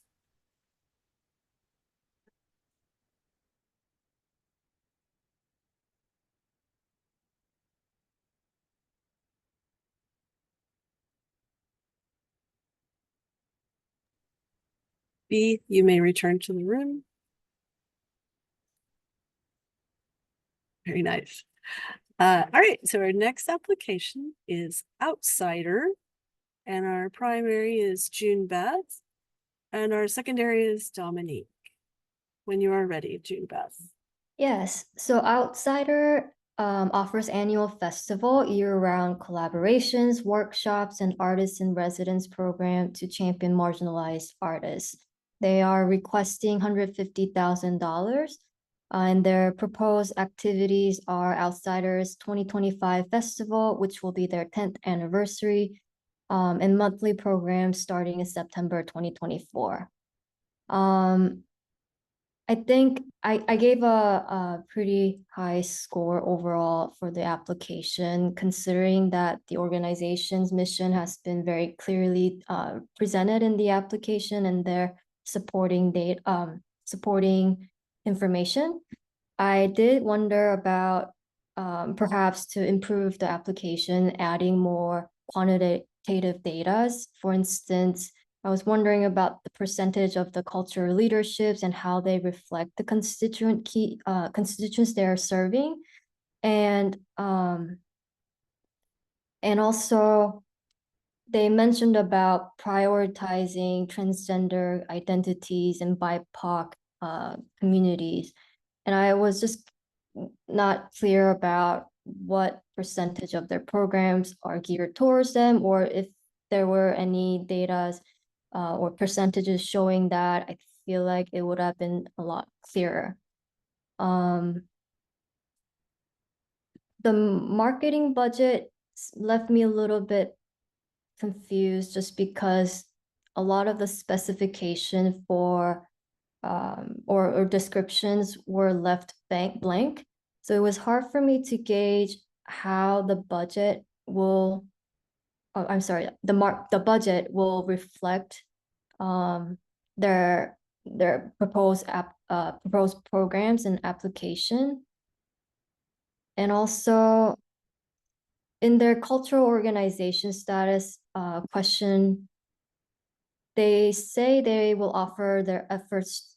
They bring up a lot of great information on how they're gonna sustain their establishment by paying their staff members and etc.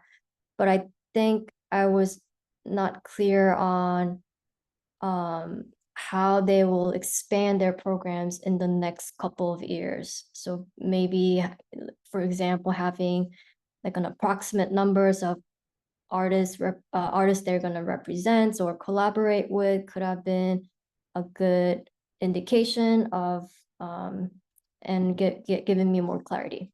Yeah, that's all I have for this.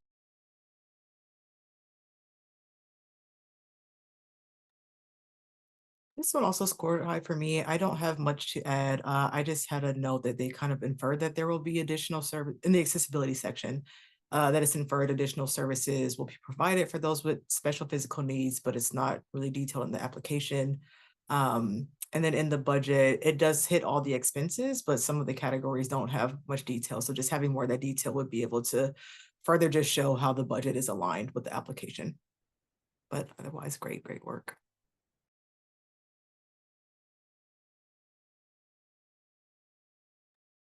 Any other feedback or questions or concerns? Go ahead, B.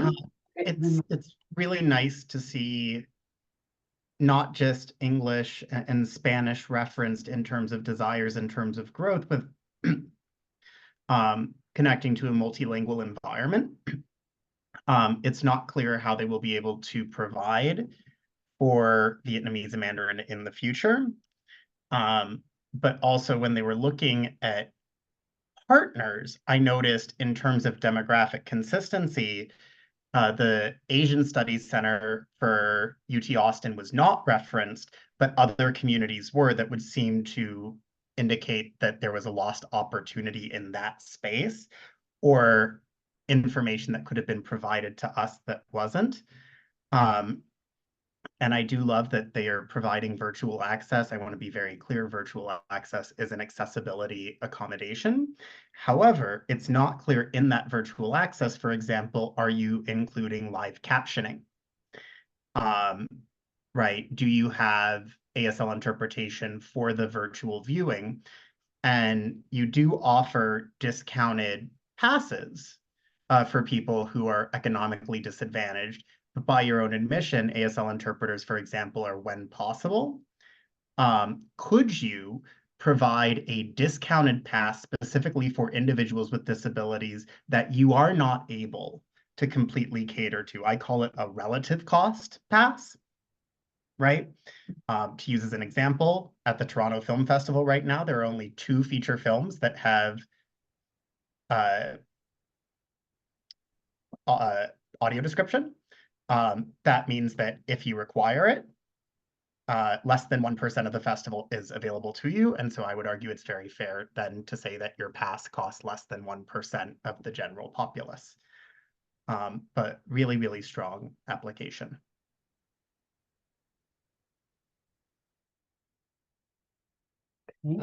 I'd like to add just really briefly, as someone who has been to Outsider in the past, I think that the application really speaks to the sense of joyful welcome that the event inspires. Looking at the marketing section in particular, I think this has already been mentioned, but that marketing section does seem to end in the middle of a sentence. And I would have loved to have seen a better, more specific sense of how the partnerships that they name translate to direct marketing initiatives. It's there's a lot in that statement that's like, we will partner with these groups, without a lot of detail about what those partnerships might look like with regards to how they're marketing the events. Like, is that an email blast or social media partners?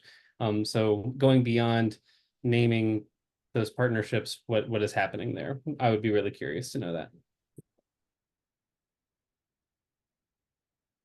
Great questions. Okay, excellent. If there's no other feedback, we can go ahead and finalize scores. Peggy.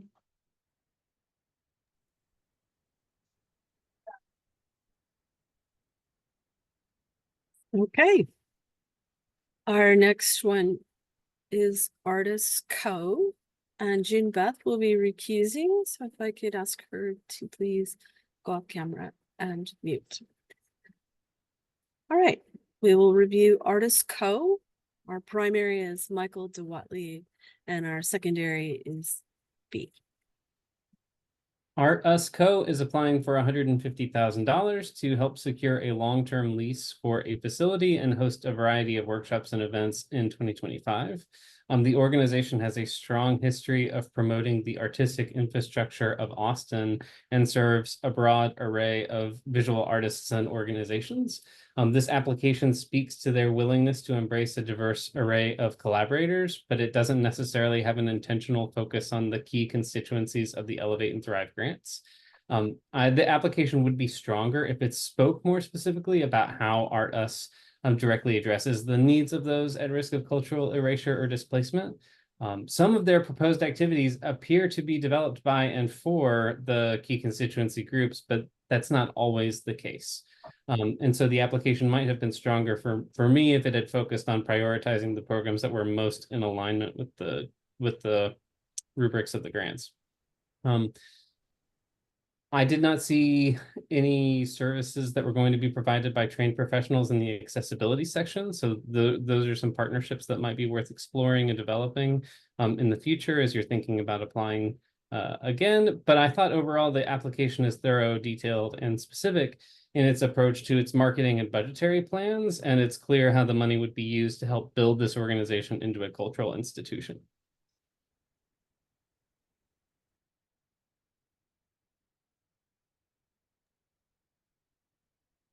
Awesome. Thank you, Michael.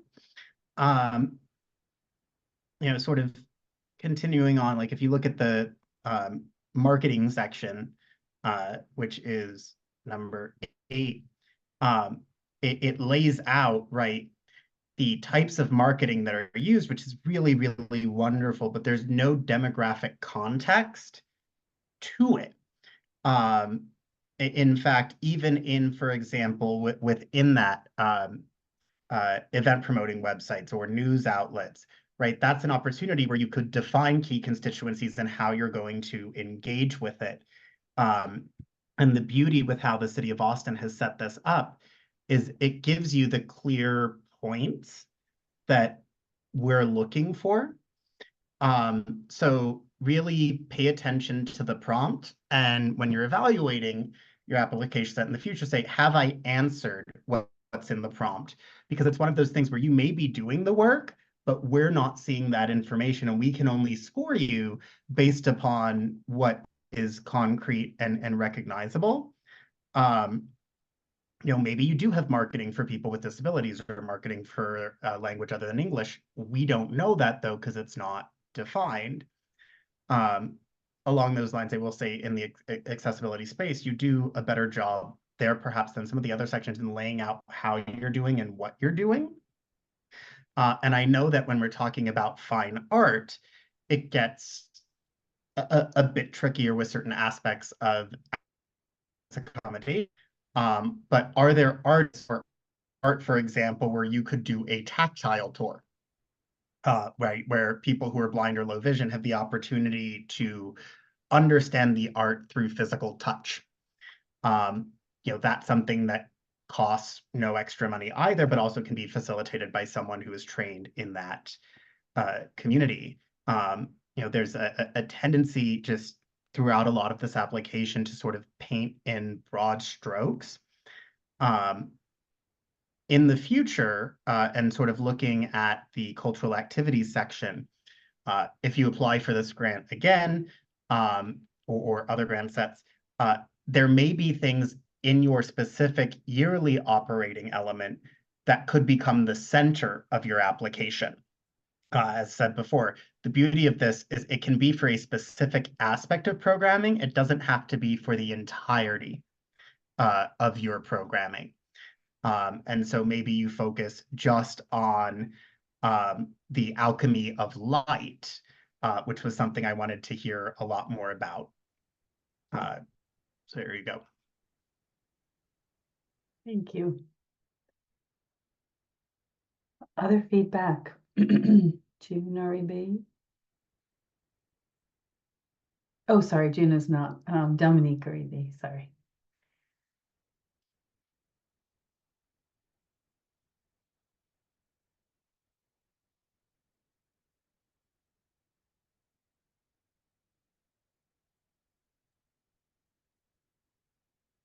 Okay, hearing no other comments, I think we can finalize your scores, please.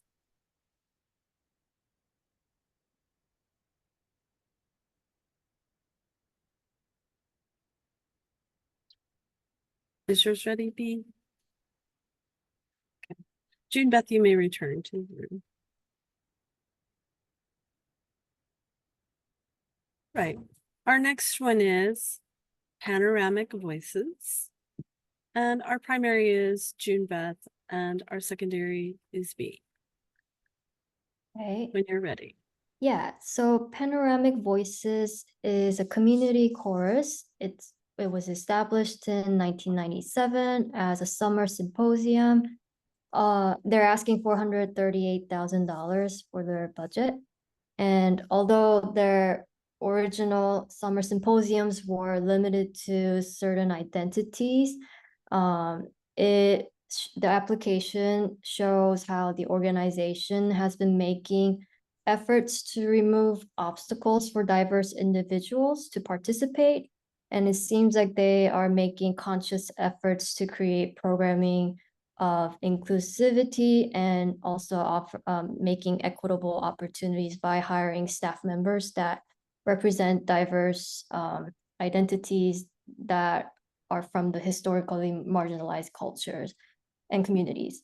I really appreciated their transparency in terms of what efforts they have been making to be more equitable and inclusive, and also their details supported their claims about making those efforts. So I felt like that was a place where I scored highly because I had so much credibility, or they had so much credibility. Sorry. I also appreciated their efforts to collaborate with diverse artists with different identities, creating contents that are focused on intersectionality. I did wonder if they could make more efforts to reach audiences of inclusivity, but also considering audiences of intersectionality. And then they've made some comments about having initiatives such as like WhatsApp community to allow new singers to connect regardless of their age, gender, race, socioeconomic background, and disability. And I was just wondering about if any data they could supply just to make that claim more credible. I had to deduct some points in marketing because I wasn't clear on how they will reach tourists through their marketing efforts. But overall, I've found the application to be very endearing.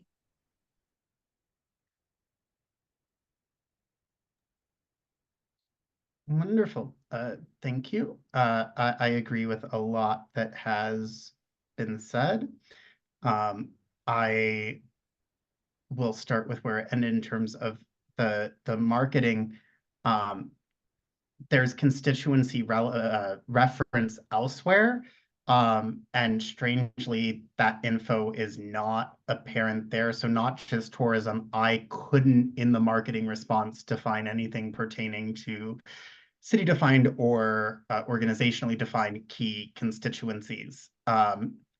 So again, sort of pay attention to that prompt, but also look to what you have answered earlier in the application. So you reference at an earlier point in the activities section that you did a music therapy thing. Well, that's an accessibility feature, but it's not referenced when we go into accessibility. It just sort of gets dropped by the wayside. But in accessibility, you do something that I really love, that I'm intrigued by, that I have to say I've not heard of before for this type of organization, but that you allow rehearsal participation only for individuals who may have anxiety. And I wanted to know more about how that functions, how that's implemented, so that they're still getting, in theory, the same experience But on the flip side, in the beginning of the response, you say that you go out of your way to accommodate singers with mobility issues. I have mobility issues. I have several as a semi-ambulatory quadriplegic. There is nothing to me that is stated in that response that is going out of the way. In fact, everything that is referenced there are things that pertain to what I would say is the most basic level of access so that I can be present. Going out of the way, when I think of that in terms of my ability, would be somebody carrying my body up 20 flights of stairs because the elevator was broken. And that has happened once and only once. So be careful of speaking for and over other communities, especially when they are not there. And I know that there is disability representation within the organization. And with intersectionality, what I think you did a really good job of, before we ever got to the intersectional response, I already knew how intersectionality was being centered in the work that you were doing. Mhm. And so when you got to individual examples, it didn't feel like those people for me were being tokenized. Excellent, awesome highlight. Thank you so much. Any other feedback? I would like to mention that all awardees, as a part of their grant agreement, are required to post on visitaustin.com, which is a tourist-facing website. But yes, addressing tourism is asked for in the marketing question. And if it wasn't included there, it is appropriate to deduct points. I also would like to mention a math error that exists in this application regarding their ask. Because I believe a $ or a comma was included in the budget, it doesn't show their ask as being 150,000, but it is an ask of 150,000, just to correct that error, because the math doesn't work when you include symbols in the actual budget document. If there are no other questions, comments, or concerns, we can finalize our scores. All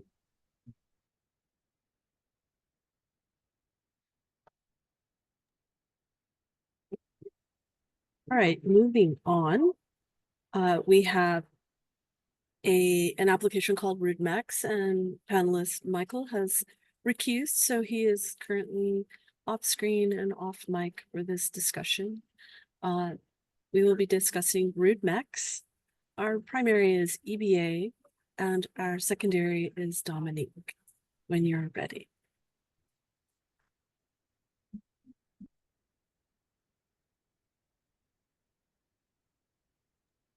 Okay. RootMax is a collective founded in 1996 to make performance. They provide a home where people share new ideas with a focus on providing this space for free or at a very low cost to the queer community and artists of color. They're seeking $150,000 for their Crash Box performance venue, season, and venue expansion.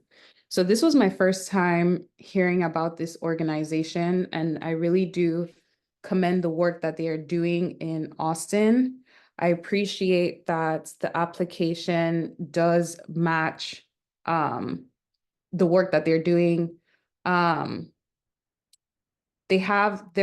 both letters of support were from their named constituents, which was great.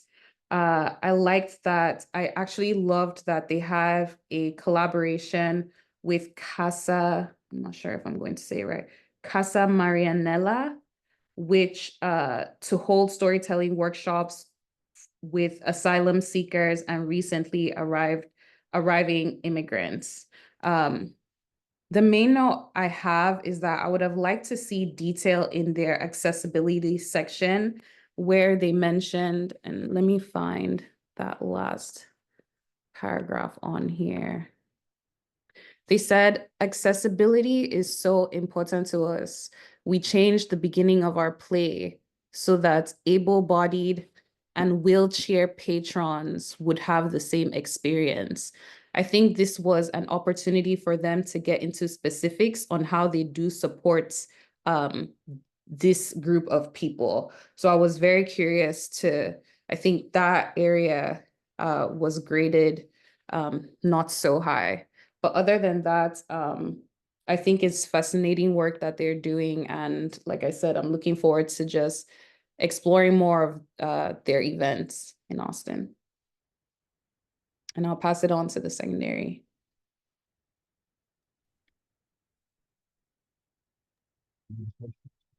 Thanks, EBA. So yep, also really appreciate the work that they're doing. One of the first things I did notice is when I went to the website, I didn't see any mention of queer folks or folks of color when I went to the kind of About Us page. So I was a little bit unclear on that piece. That was a disconnect, and maybe that's, if local folks have some more context to give me, please feel free to, but that struck me. So it didn't appear to me, looking at least the website, that their mission is rooted in serving marginalized folks. And so if that's an inaccuracy, I would just recommend that what you have on your site reflects, you know, it should be consistent, I think, across the board.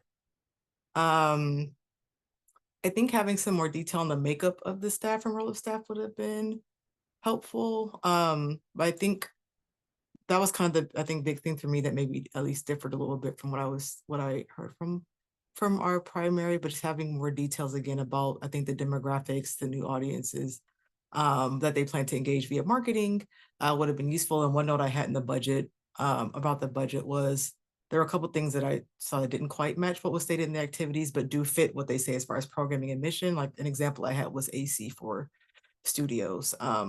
So again, just I think a little bit more consistency across would have been useful. But again, very, very good work. Really appreciative of what they do. Other feedback, especially if there are folks who want to respond to Dominique's question, local Austin folks about.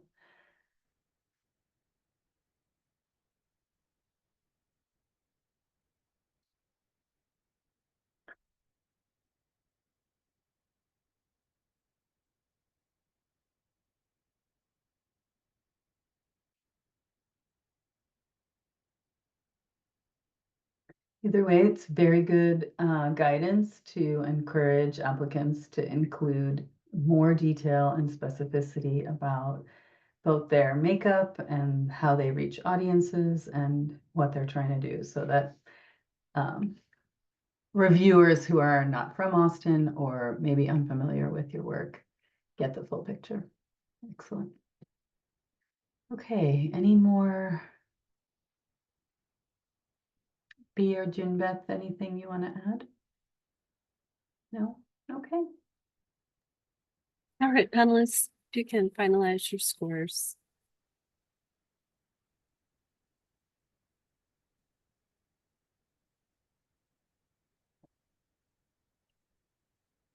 E?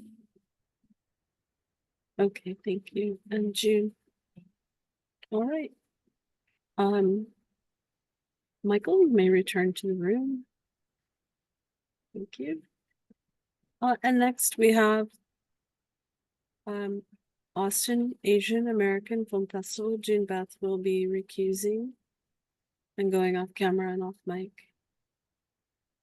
Austin Asian American Film Festival is our next one. Our primary is Dominique and our secondary is B. When you are ready. Thanks, Peggy. The Austin Asian American Film Festival's mission is to champion Asian and Asian American stories through film and creative media. They have requested, and Peggy, let me know if this is another comma thing, but they've requested, this is $175,549.50. But I know the cap is 150, so they're at least going for the full 150.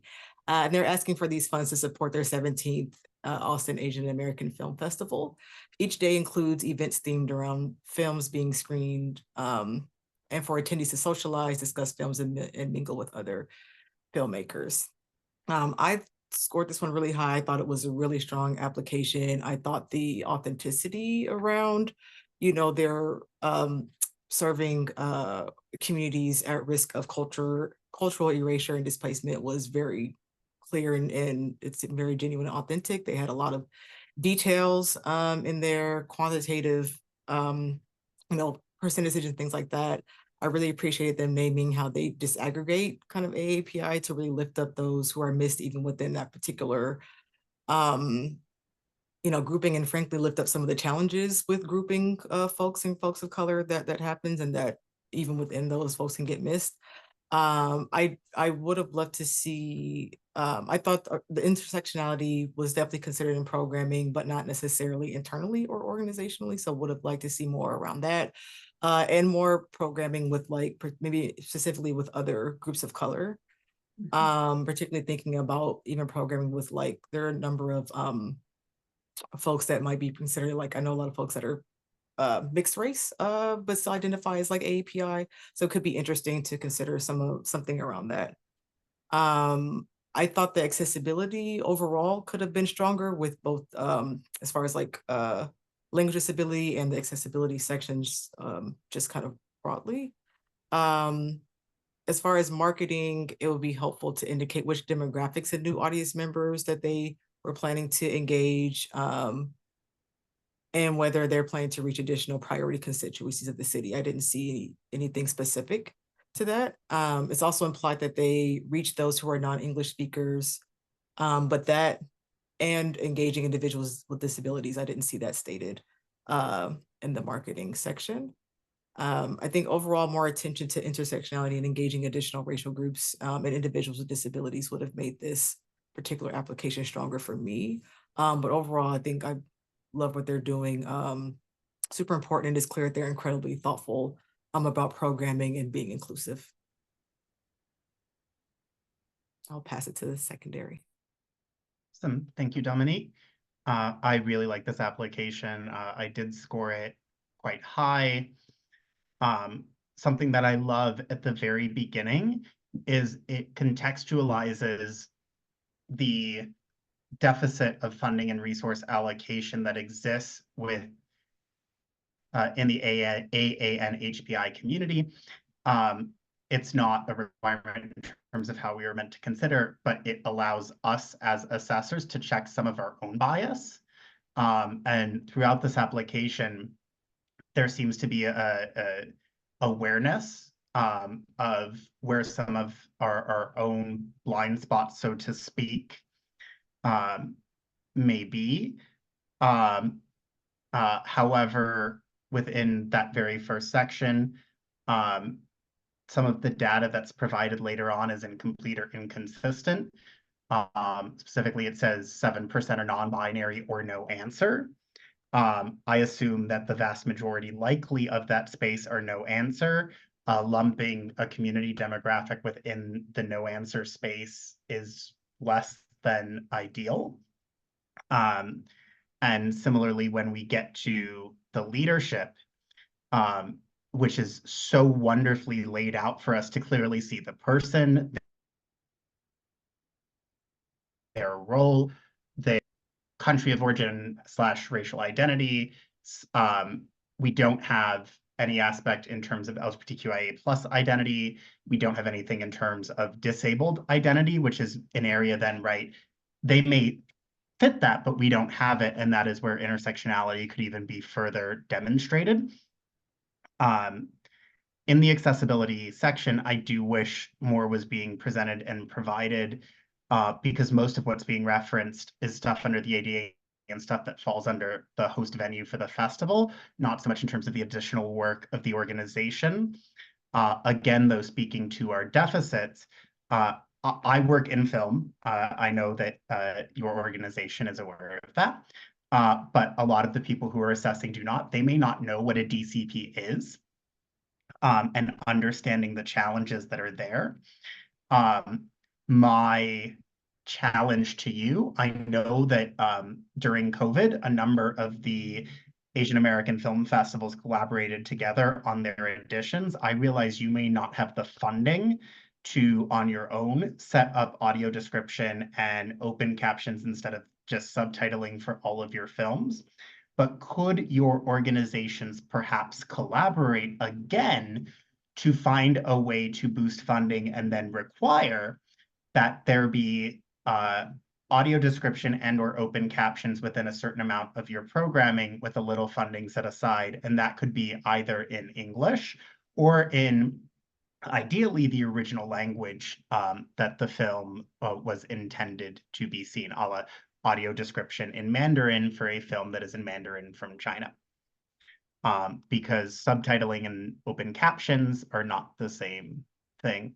But really, I have to say this was truly a wonderful application to read. It was really well detailed overall and thought through, and it gave me a much bigger context for the work that the organization is doing and how they're working to expand their own apparatus, right? Middle East in the context of Asia, for example. So very, very good job. Thank you for that thorough review. Any other feedback, Michael or AB? I just would like to mention if this app scores high enough to receive funding, the staff will verify the dollar amounts before entering into a contract, and that the top amount for this award would be $150,000 annually.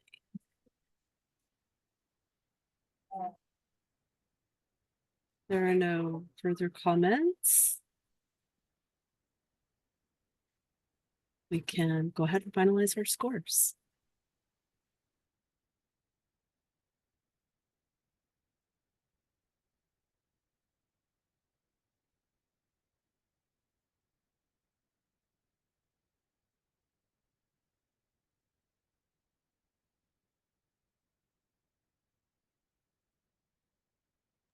June Beth, you may re-enter the room. And we will now move to contra common. I just want to check. I see a troubled look on your face, Dominique. Is everything okay? All right, great.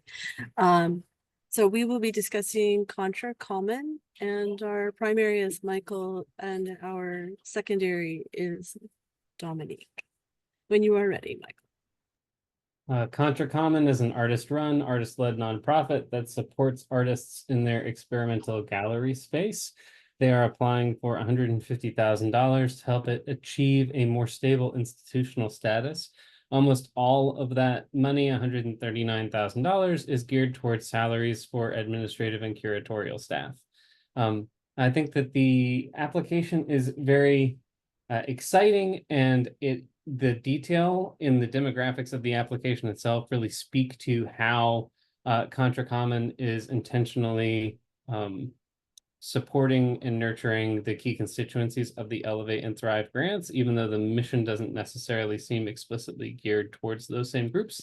They have a very intentionally broad umbrella of artists that they serve, but then in the breakdown of who those artists actually are, there is some alignment with the constituencies of the Elevate and Thrive grants. The section on cultural institutional status was really strong for me in this application. I did understand very clearly how this organization plans to use the Thrive and Elevate funds to achieve greater institutional stability and growth.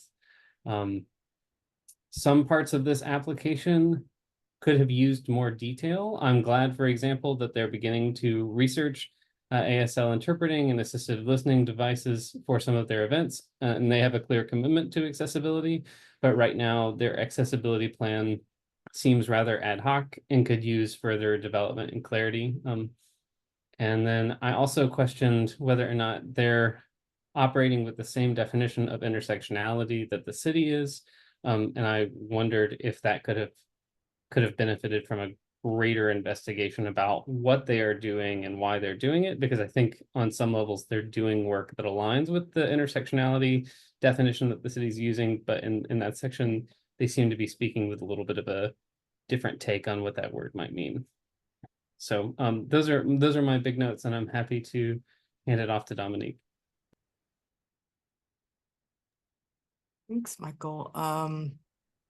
this one, I think I scored pretty well, also, and I also felt generally there could have been more detail and noted some of the same things. One thing I would add as far as the equity piece is just, I do feel there's a distinction between serving folks of color and being centered around serving. Like there's a distinction. And so for me, I didn't score as high in that area for that reason. I didn't have too many additional notes. Just in the language accessibility, they don't say whether or not they're using formal or trained interpreters, so that clarity would be useful. And just some of the budget piece. It was a little bit difficult, I think, for me because the activities piece was more around kind of like organizational support versus like actual activities. So that made it a little bit difficult on my end. But overall, again, I think they're doing great stuff. Other feedback? B? I What did have you- some feedback. I thought it was really admirable. They are introducing works of underrepresented artists, and they're amplifying their voices in a area maybe the audiences may not be as accessible to. So I thought that was really cool, and how the audiences are responding with positivity. I thought that's a great success story. I did find that if they could add more specifics on like what are the themes of the workshops they want to provide or they have provided, or what are the curatorial themes of the previous exhibits and how do they relate to the key constituencies, I think that will strengthen the application more, because those were not clearly detailed. And I think I get the sense that it is overall their mission, but it might help their application to be conveyed in more strongly. And then just another note is they mentioned increasing 25% of attendance through their programmatic programs. And I was just curious, what are their efforts regarding that? Is it through marketing, and what would that be, and etc. So I thought that could be very helpful, but I appreciated their hardworking. I can tell that it's through their community works that they're sustaining this.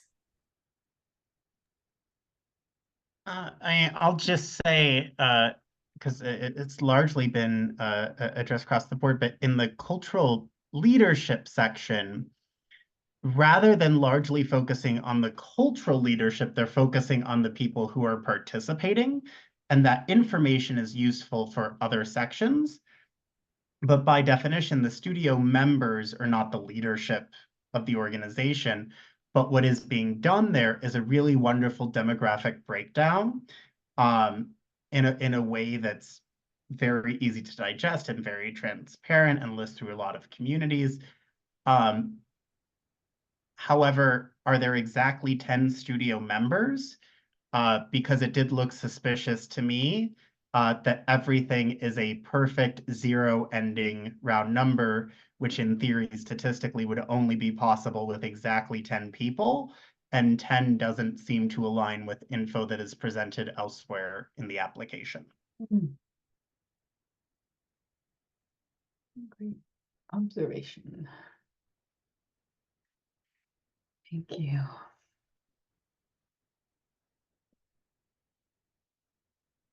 Any last feedback?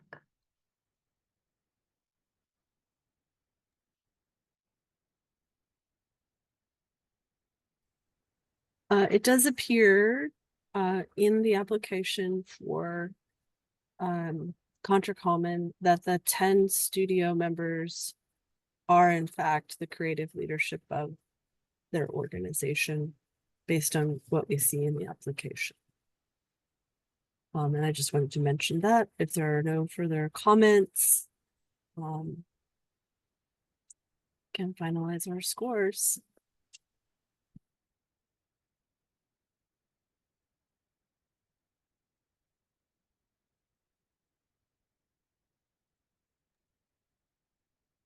And we will now be able to go into our break. It's 1:52, so just for ease of use, I think we'll say we'll be back at 2:15. This will. Can we we While pause the we wait for recording? Surabhi. Hey, now that we're back from break, we're heading into the last slate of applications for review. And our very next one will be Austin, Texas musicians with our primary, June Beth, and our secondary, EBA. June Beth, when you are ready. Yeah, so Austin, Texas musicians, their mission is to serve to better the lives of underserved Central Texas musicians through advocacy, education, and preservation efforts. They have created new financial opportunities, relief grants, paid performance events, professional development workshops, education, and preservation of historic BIPOC cultural spaces. I feel like they have their efforts have been giving or had such a great impact on Austin's music culture and musicians' lives. And I find that to be very admirable, especially based on their website. They state that they have lobbied state legislators to defeat anti-LGBTQIA plus bills. So I see that they are making impacts by supporting voices of identities that have been historically underfunded by the city of Austin. They mentioned supporting identities that are at immediate risk of cultural erasure, like BIPOC community. I did wonder if there could be more data and information to support their claim. I noticed in their program, cultural activities that they're proposing, they want to offer workshops at cultural institutions, if the space is available. And I was wondering what would be the alternative should the space be unavailable. And I thought that alternative resolution could support the application. And the organizations claim that they're doing their efforts to reach BIPOC community. And I also wondered, well, I see that they are making efforts to reach musicians of diversity and include identities that were historically underserved. And by proposing to have workshops at cultural centers, I find that to be a commendable effort. However, I also wanted to just point out that perhaps not all musicians from that community would know about or attend the cultural centers or have a lot of association with those places. They might, so in some ways, perhaps expanding their efforts to reach these specific communities, I felt like there could be more clarity. For instance, maybe instead of doing at those culture centers might be helpful, but perhaps more effective way to reach those communities might be hiring or presenting artists for speakers to reflect that diverse identities. And this way you can also offer equitable opportunities to and support this community. I commend their efforts to hire translators and ASL interpreters, which was also reflected in their budgets. I found that their marketing plan, when they state they will partner and reach out to media streams to specifically contact BIPOC, LGBTQIA plus, and women communities, I just found that it could be more specified, maybe having specific organizations that you are considering could strengthen the application and make it more clearly conveyed. And lastly, in the cultural institution status, I just wanted to see more specific details. When you say how will you expand their current programs and what would it look like? What are the ways you will create increased revenue streams? When you mentioned that, what are some examples of those additional revenue streams? So overall, even though I know that the organization is doing so much work to preserve Austin's cultural identity, I felt like these lacking of information just didn't support the application to score very highly. So those were some recommendation I had in mind.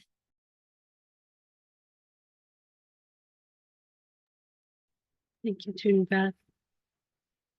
Thank you, June. I definitely echo your sentiments on just room for improvement. Did mention the key constituents and the cultural leadership, just being there to serve underserved communities. I did notice that in their marketing, there was no mention to market to the tourists. So that is a room for improvement. And also in the budget, there's no payment to artists. So that affected their score in that department. But overall, I echo all of the sentiments you shared through all of the sections, specifically with cultural leadership, which is huge. Not just in this application, but also in the future sustenance of an organization. What are you doing to remain relevant and actually tap into your key constituents? So, but overall, like I said, it's great to see organizations like this, especially, supporting musicians in the live music capital of the world. So thank you. Great. Other reviewers?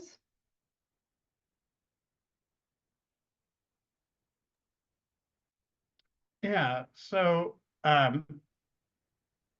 if you look at the cultural activities section, there's a challenge in terms of perhaps lack of info or lack of thought in cross connection that's being presented.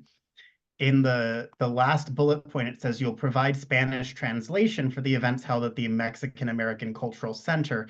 And then it says you will provide ASL interpreters for all events.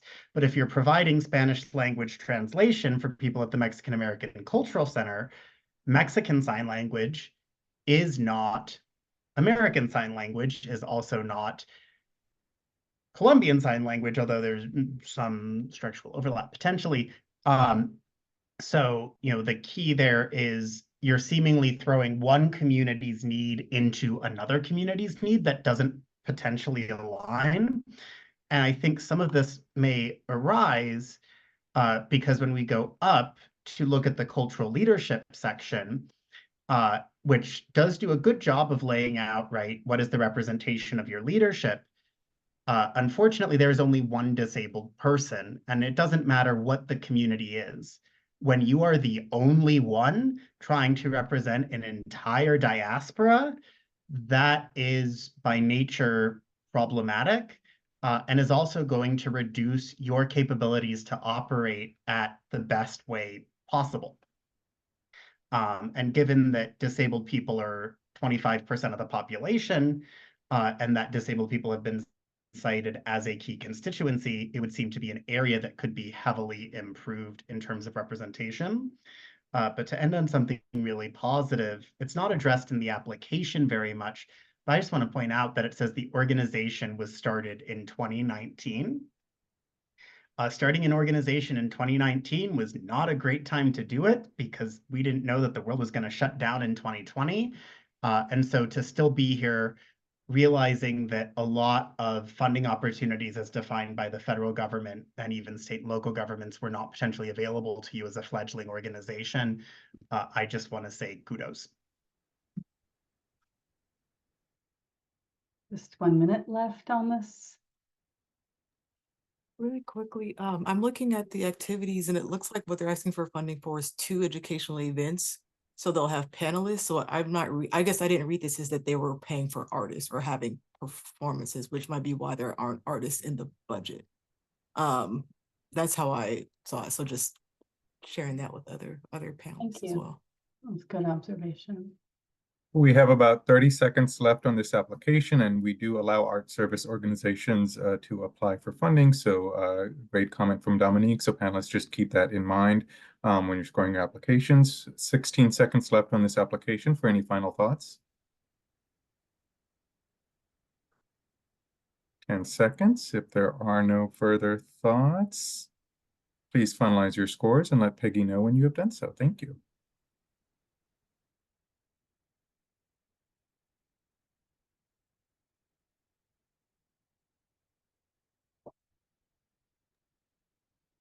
Okay. We'll be moving on to Hot Rhythm Foundation. Primary is B and secondary is Michael. When you're ready, B.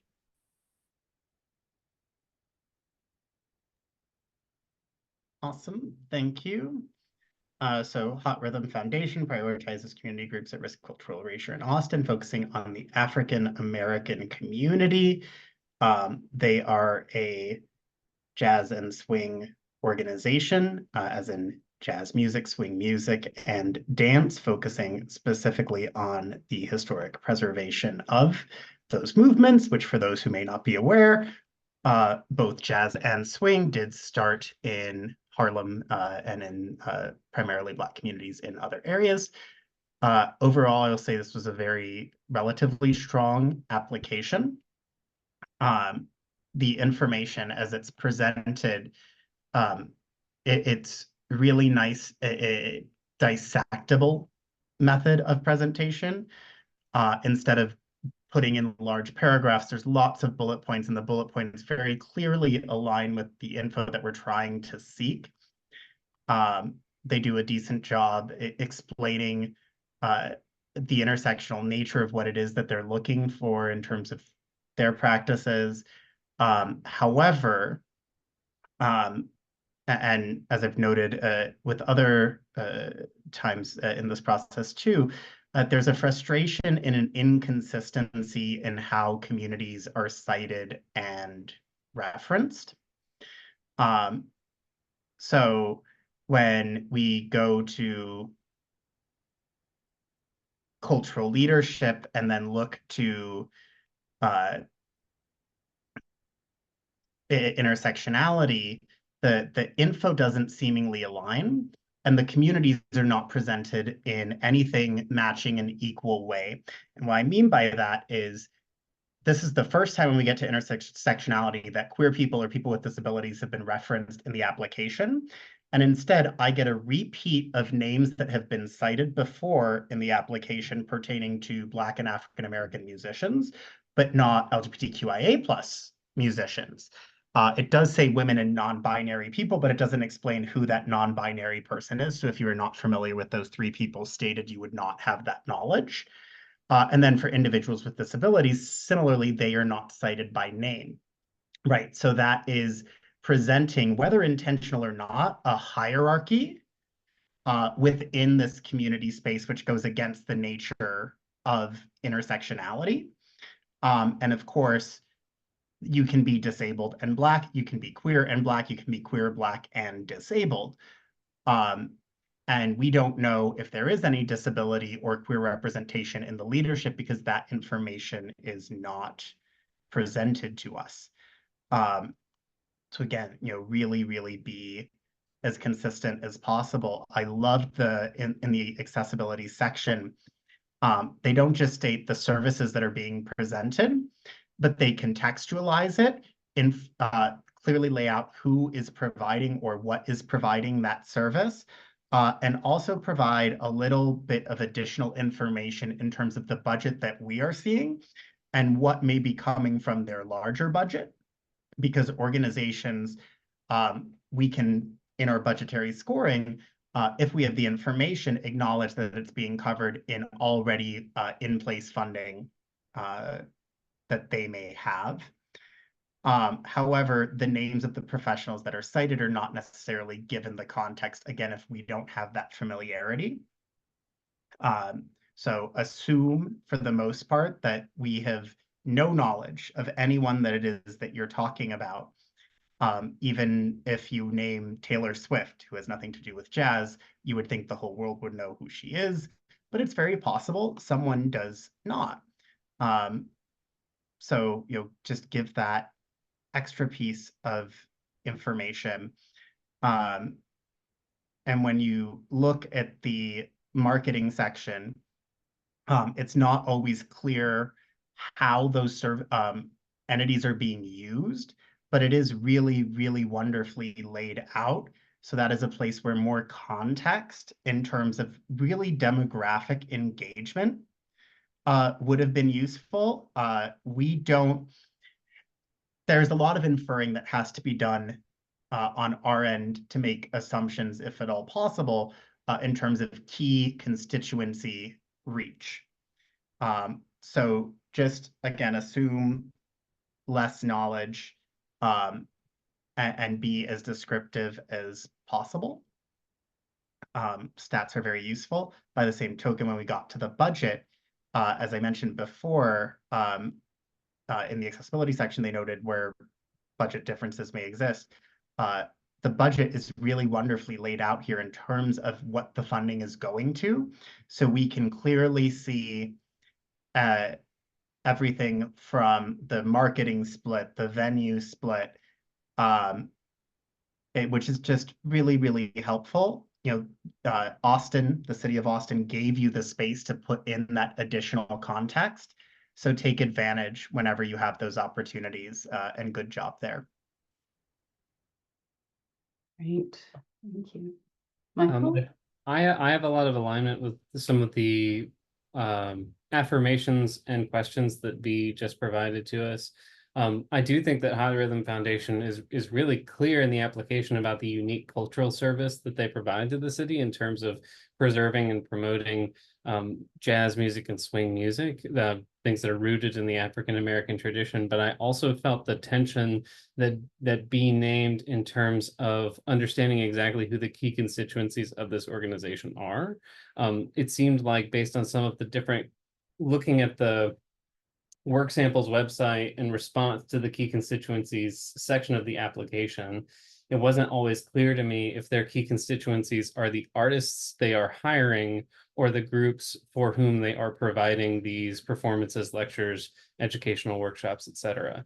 And I think that that's a really important distinction or set of constituencies to hold in hand as we're evaluating the applications, because it seemed to me that the cultural leadership of the organization didn't necessarily reflect the key constituencies of the Elevate and Thrive grant, but that they were speaking to a type of culture that is at risk of erasure and displacement. So that was something that I really struggled with when evaluating the grant, was who is being served most directly and intentionally by the applicant. So I think the application could have been stronger in thinking about how to highlight the ways in which their work is speaking to the key constituencies of Elevate and Thrive specifically. But I think overall, the application is professional and detailed and speaks to a commitment to equity and accessibility and inclusion that's admirable. So good job. Great, thank you. Other feedback? Can I invite anyone? Dominique, June? I Yeah. think I'll probably resonate what Michael and B are saying, but also just wanted to share what my experience of was reviewing the application. I think knowing that the cultural leadership is not necessarily reflecting the constituents that you mentioned to serve, or in this case the African American culture. From there, I did more research because the application wasn't giving me a clear idea. So I had to go back and forth the website and then you're comparing your application. And it gave me more confusion as I was looking at the website. The events that you say you are doing to amplify the African American voices wasn't mentioned at all in the website. However, at the same time, I did more research when I saw your supportive documents, like the videos. I saw directly that your participants were very diverse and inclusive. So it seems like you are serving the diverse communities, identities that the city of Austin wants to support. but somehow the application is lacking that. So maybe there could be gap to be bridged. Thank you. Yeah, Listen, I know we've Dominique? got a few seconds. Generally, would have loved to see more about how you all plan to navigate that tension, as far as making sure that not only the art form continues to exist, but the community that birthed this art form are involved and are key constituents and leaders in ensuring that this exists also, and that it continues to thrive within those African American communities. Thank you. Right to the line. If you You can. still have 30 seconds, 20 seconds now, if there are any final comments. Okay, final comments then.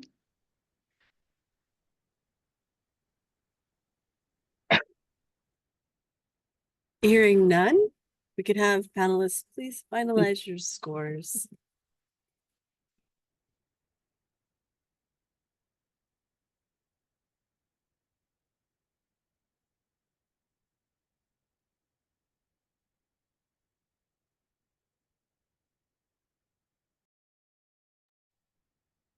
Right. Our very next one, Jean Beth Kim will be recusing herself, so if she could please go off camera and off mic. And our next application is collab projects with Dominique as our primary and B as our secondary. When you are ready, Dominique. Thanks, Peggy.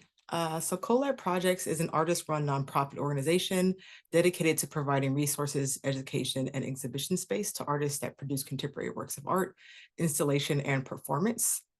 They have requested $150,000 for their new works program and community space development. What I really liked about this organization and their application is that, one, they pay artists. Artists are paid, and that they really are very thoughtful, intentional about thinking about the sort of challenges that artists have to making and presenting their work, and really trying to bridge that gap, both the financial gap, but just providing more opportunities for artists to be able to present their work. And I think they have worked to improve access for artists. This one didn't score that high for me just because of there isn't marginalized folks aren't centered in their work in particular. I mean, they do name artists more broadly, and of course, artists do consist of folks from a number of marginalized identities, but focusing on artists does not inherently mean that you are centering folks with those identities. So that would have made this stronger for me if there was some more intentionality there. They do mention artists of color and artists of other marginalized identities in their programming, but again, there's not necessarily a clear intent around that. I didn't think there was a clear description of the leadership's relationship to marginalized communities, but the leadership does share shared experience as far as artists and navigating those challenges, but not as it pertains to just demographics. And just, I think more detail, you kind of mentioned broadly in a few places about having equitable processes or engaging more artists of color in a particular programming for next year, but they don't really say how. Like, what sorts of efforts are going to be made to ensure that the processes they're talking about are actually equitable? What sort of processes are going to be put in place to actually prioritize LGBTQ artists, artists of color, et cetera, as is stated in the application? So more detail there would be really helpful. So just, yeah, detailing efforts made to engage communities. They talk about they'll engage communities, particularly those at risk of cultural erasure and displacement, but again, don't talk about how. The accessibility piece was lacking for me as well. They mentioned building a new facility that, because it's a blank slate, essentially won't have to retrofit certain sorts of offerings or services, but they don't say what that is or how they're going to go about actually making sure that this new facility is really inclusively accessible.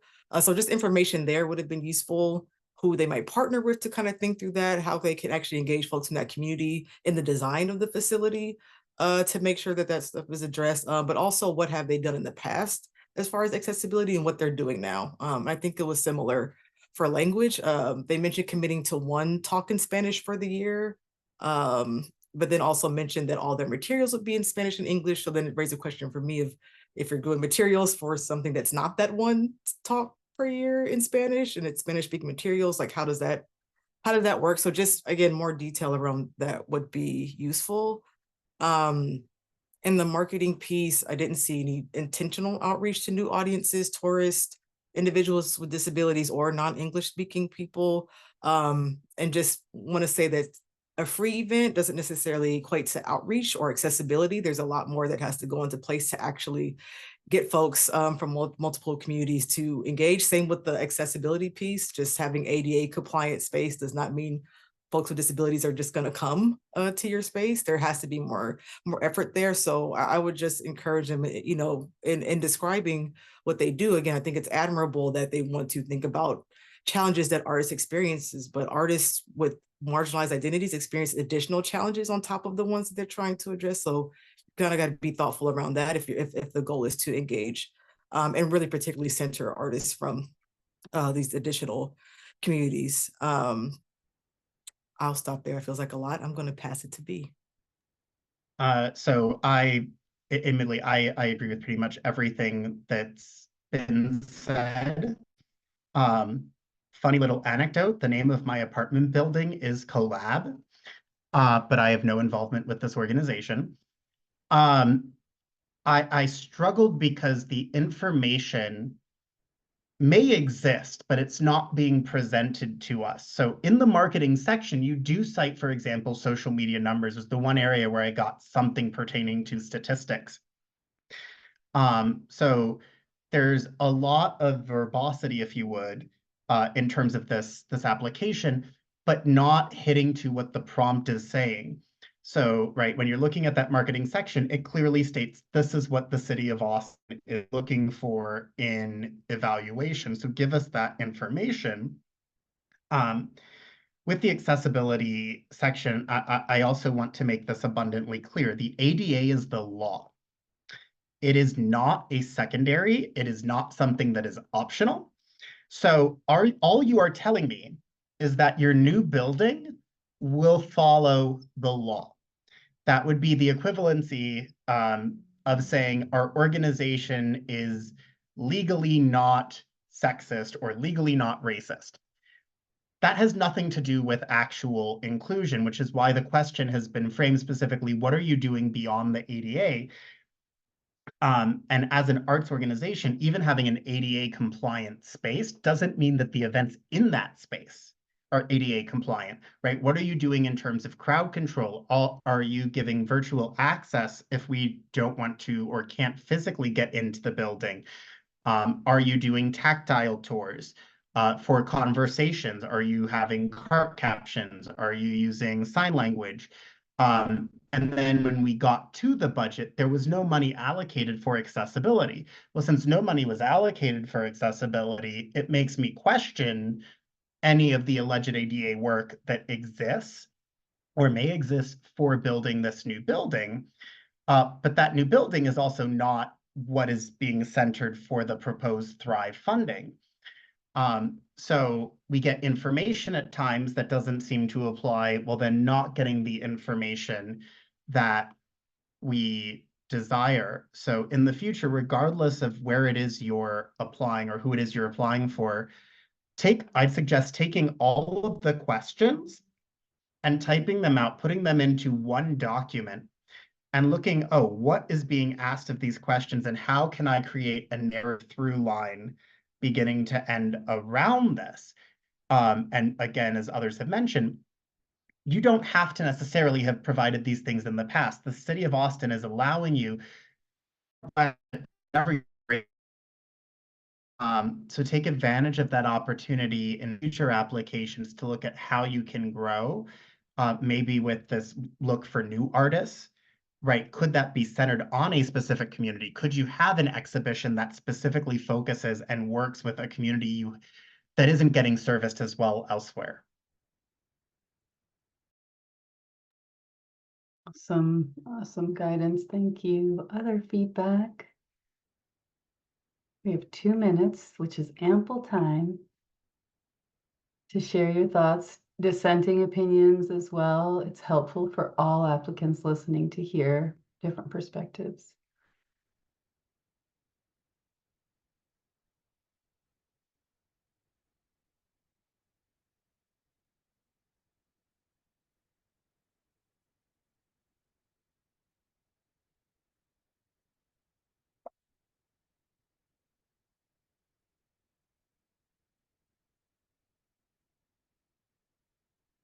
Okay, I think we can move on. All right, panelists, please finalize your scores. Give me a thumbs up when you're ready. All right, June Beth, you may rejoin the room. You're now moving on to Leap of Joy. Our primary is EBA and our secondary is June Beth. When you are ready, EBA. Thank you. Leap of Joy offers dance and theater arts to after school and summer camp enrichment programs. They offer theater arts after school and summer camp enrichment programs to at-risk youth in underserved schools in Austin. They are seeking $80,000 for their Hop, Skip, Jump, Leap program. So I will say they are doing commendable work in the city, and I'm happy to see that they've worked with thousands of children as they stated in their application. Especially starting around the pandemic. I think it's wonderful that they are here still doing the amazing work that they are doing. I do have major notes on this application. With the cultural leadership section, it does hold a lot of weight, like I mentioned, not just in the application, but in the future sustenance and the current sustenance of your organization. So I would have liked to see details in the application, perhaps maybe percentages or numbers, to represent or to show how you do have an understanding or lived experiences within the key constituencies that you do in fact mention who may be at risk of displacement. Another room for improvement that I noticed was in the accessibility section, and I'll just scroll over to that part. I just want to make sure I'm saying it exactly how it was. They said, though in all the past years, we have never had a student with chronic disabilities and physical limitations, we believe that everyone deserves a chance to dance through movement and physical expression. I think this would have been a great opportunity to show how you are in fact making your organization or this space a safe space for future constituencies who may have physical limitations or disabilities. And it's a bit unclear. There's several sentences that I feel like would have been the perfect opportunity to say, this is where we plan on, hiring a trained individual. For example, you said, we have an instructor who is skilled in working with disabilities that we can call on if the situation arises. So that's good, but more specificity, especially, and that also ties into the language accessibility section as well. Because I think there was a sentence of something about the student. Let me make sure I'm saying this right. I don't want to make sure I'm about a student being bilingual. Okay, let's see. Okay, additionally, there is often a bilingual student in the class that can act as an interpreter. We're fortunate to employ few bilinguals. I think this would have been great to have been reflected in the budget as well. Let's see. I don't think there was any. I'm looking at the budget right now. I want to make sure if there was a section for accessibility. I believe the accessibility services was empty. And so I think everything that was mentioned in the accessibility section, it would have been nice to see that reflected in the budget. Let's see. Yes, this would have been a great opportunity to discuss future plans on how they plan on hiring trained staff, seeing that they're always looking for new instructors who are trained and talented, as mentioned. Other than that, I think all of those were room for improvements, which is why I wasn't scored as high. But I think these are all like room for improvements. But so far, fantastic work as an organization. And I'll pass it on to June.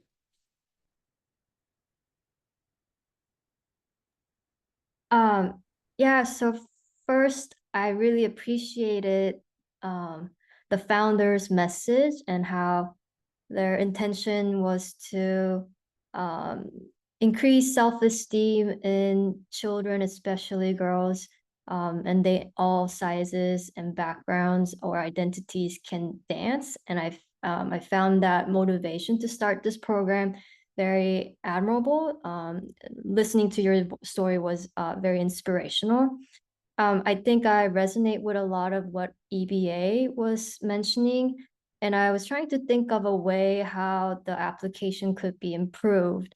And I think one aspect is perhaps when, because I think the application that you submitted is focusing a lot on the actual after school programs that you're providing. However, as part of the City of Austin, like Elevate Grant and Thrive Grant criteria, the program itself has to be open to the public and also be available to tourists. So it should be more, it should be able to host expansive participants and audiences. So with that said, I felt like if your application could be more centered around the virtual Caps and Mittens Winter Festival presentation or the final performances and how that can reach diverse constituents within the audiences and viewers. I thought that would maybe answer a lot of the questions that's raising questions.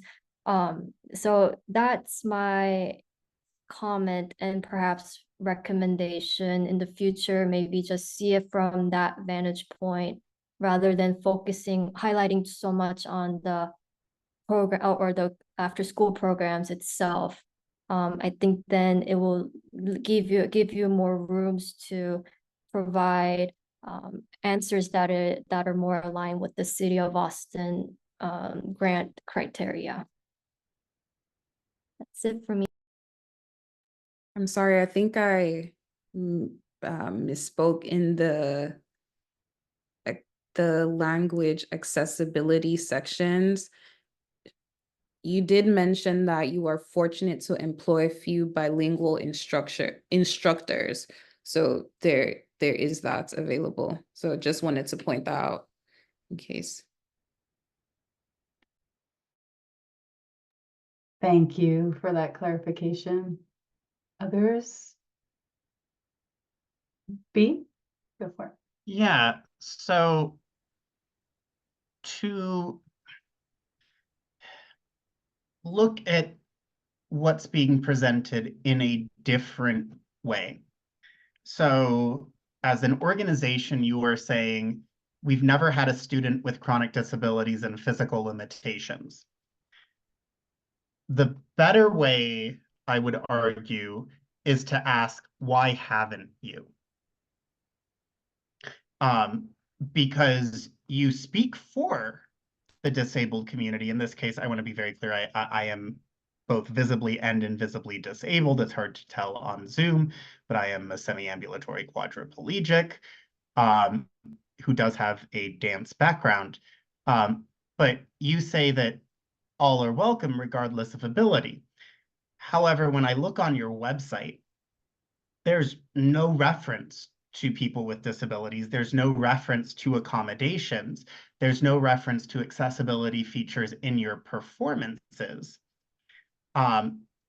So as someone who is disabled, or if a parent has a disabled child, one of the first things most of us are going to look for is on your website, do you list accessibility features? Do you list accessibility accommodations, or at bare minimum, have an accessibility contact?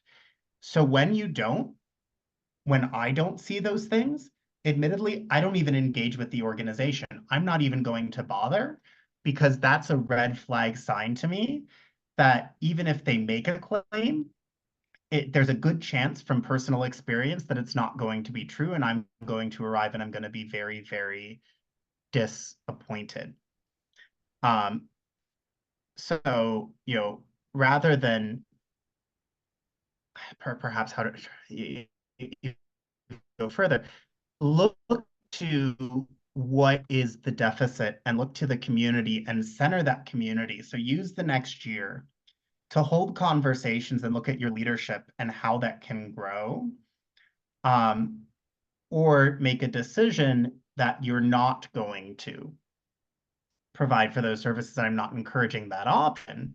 I'm just saying that that is an option to say, for whatever reason, we cannot match certain things and just own it. And in that is time. Thank deficit. you, panelists. Thank you, B. That is time. If you will, all the panelists will, let me stop my timer. If all the panelists will finalize their scores on this application. While you're finalizing your scores, please keep in mind that the Thrive and Elevate grants are general operating support. So for the comment about the school activities, sometimes it does help an applicant to give a holistic view of the application to list all of their things. If they are awarded funding, we will make sure that everything that they do do when we enter into contract with them are eligible activities. Again, we are at time for this application, so please finalize your scores and let Peggy know when you have done so.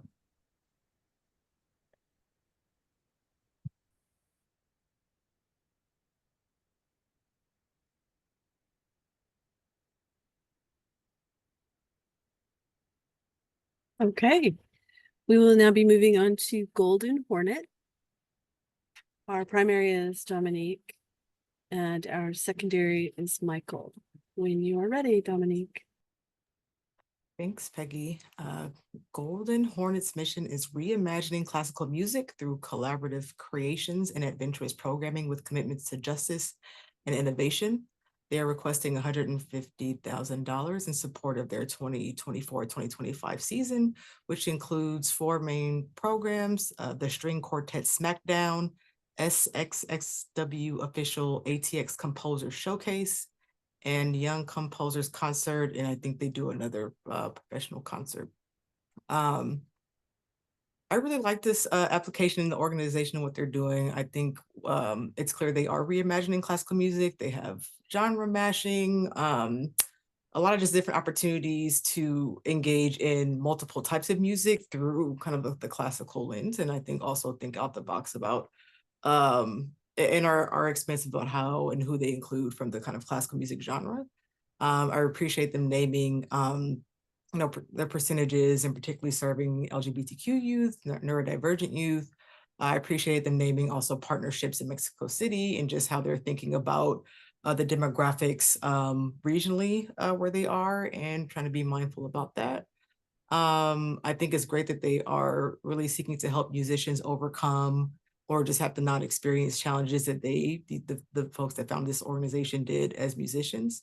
And I really appreciate it and love the youth engagement at the board level and just kind of shared power approach that they're doing. And just, I think the intergenerational kind of approach that they're taking to their work. I did think that more explicit details and approaches for centering those that are facing immediate threat of cultural erasure and displacement would have made this stronger for me.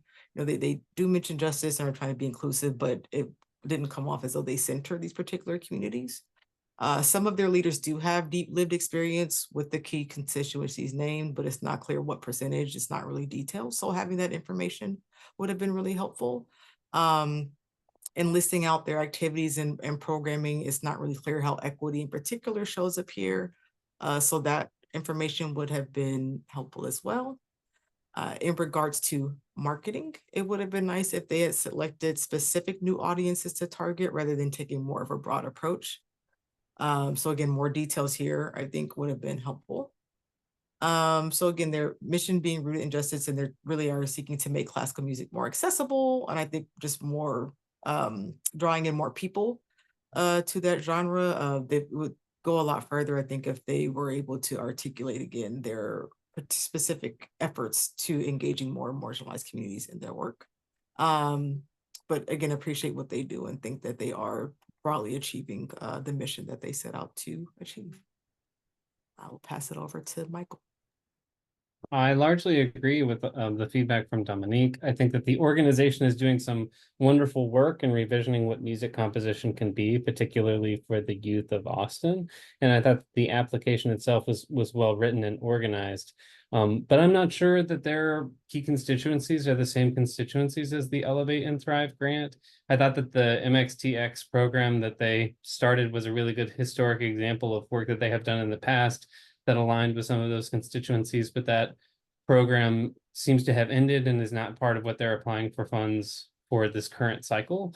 So as Dominique said, speaking to how this application centers equity and intersectionality in their approach to the work that they're planning to do in the year ahead would have made this application a lot stronger. And they also did an interesting thing in their budget where they delineated expenses that would be paid by the organization separately from the Elevate and Thrive funds. And so when I was scoring that particular area, even though there was no money budgeted necessarily for production fees or accessibility services, I gave them points for it since they professed that the organization was going to pay for that separately. Those are my big notes. Okay. Other feedback?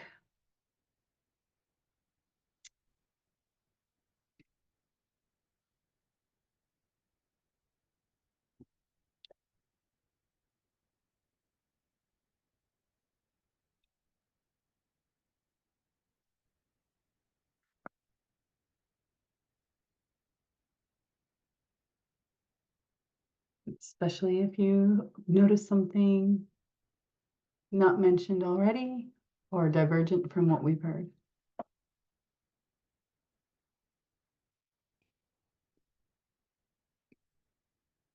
All right. Okay, we can finalize scores. Please give me a thumbs up when you've done that.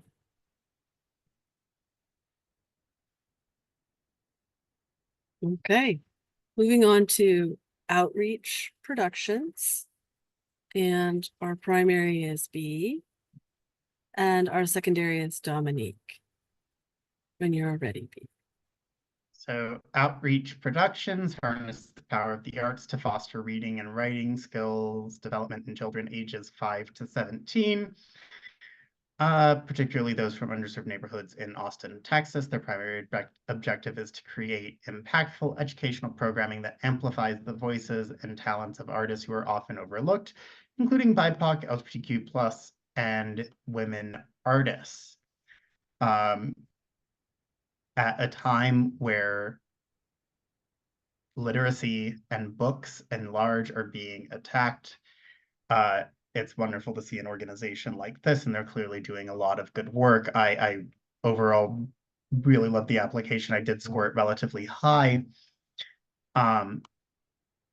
They do a good job at the beginning contextualizing the work that they're doing and how these communities have not necessarily been served well in the past.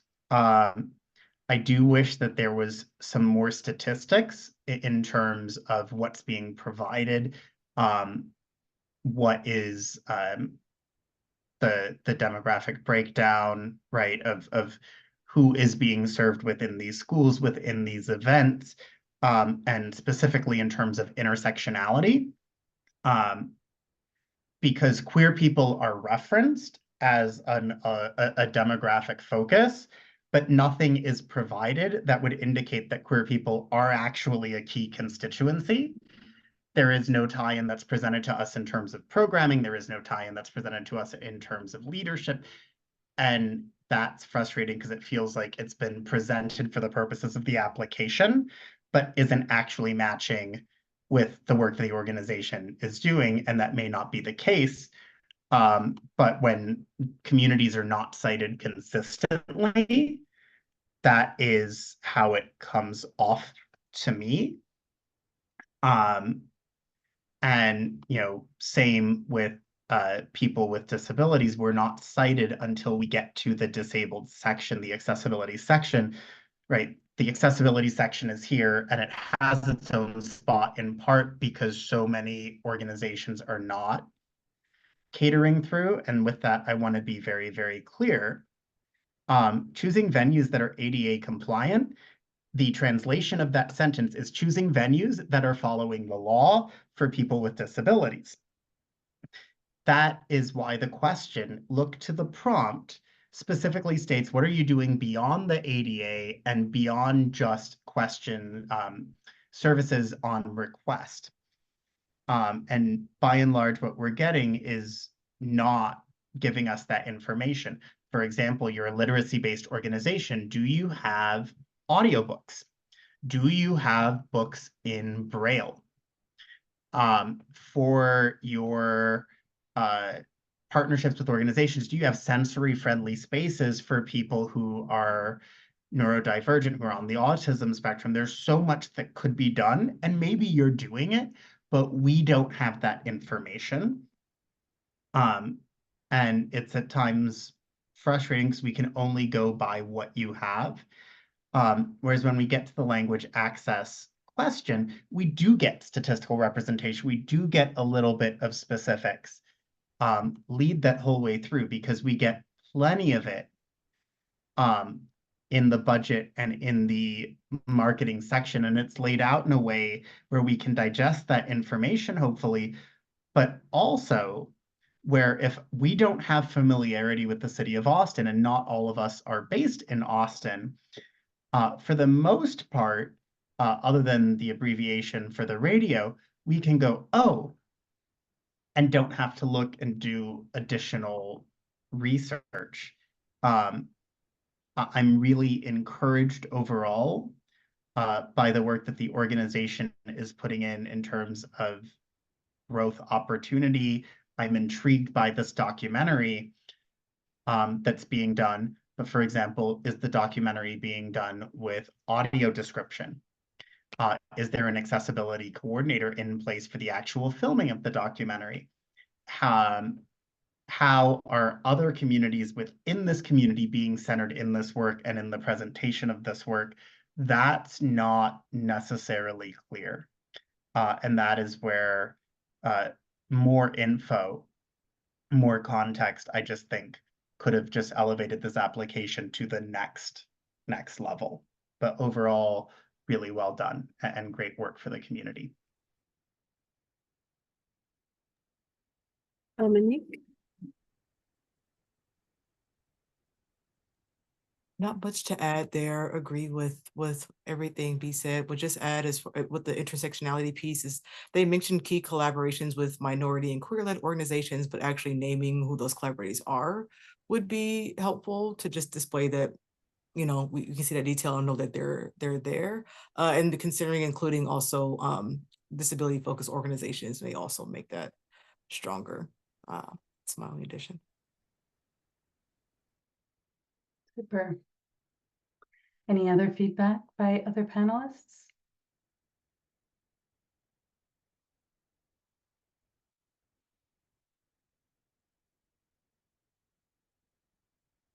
Okay.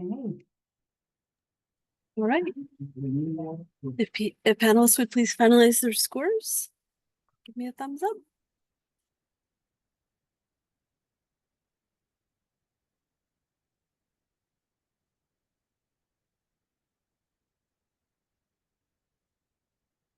Thank you. All right, we have our last one of the day, East Austin Creative Coalition.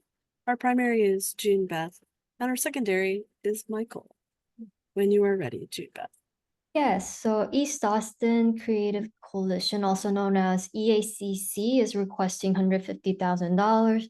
Their mission is to support and sustain viable and visible African American cultural production and facilitate long-term viability and preservation of African American arts, culture, creative, professional community of the African American Cultural Heritage District. It seems like they offer diverse programs, including cultural events, workshops to preserve culture and archive history of the African American perspectives. Applicant has, from its founding, explicitly served key constituency groups that are at immediate risk of cultural erasure in Austin. And I really admire their perseverance and their dedication to this cause. They state that I feel like overall the application is well aligned with what the City of Austin's Elevate and Thrive grant wants to support. I do have some comments about improving the application. Even though I highly score the application, there was some questions.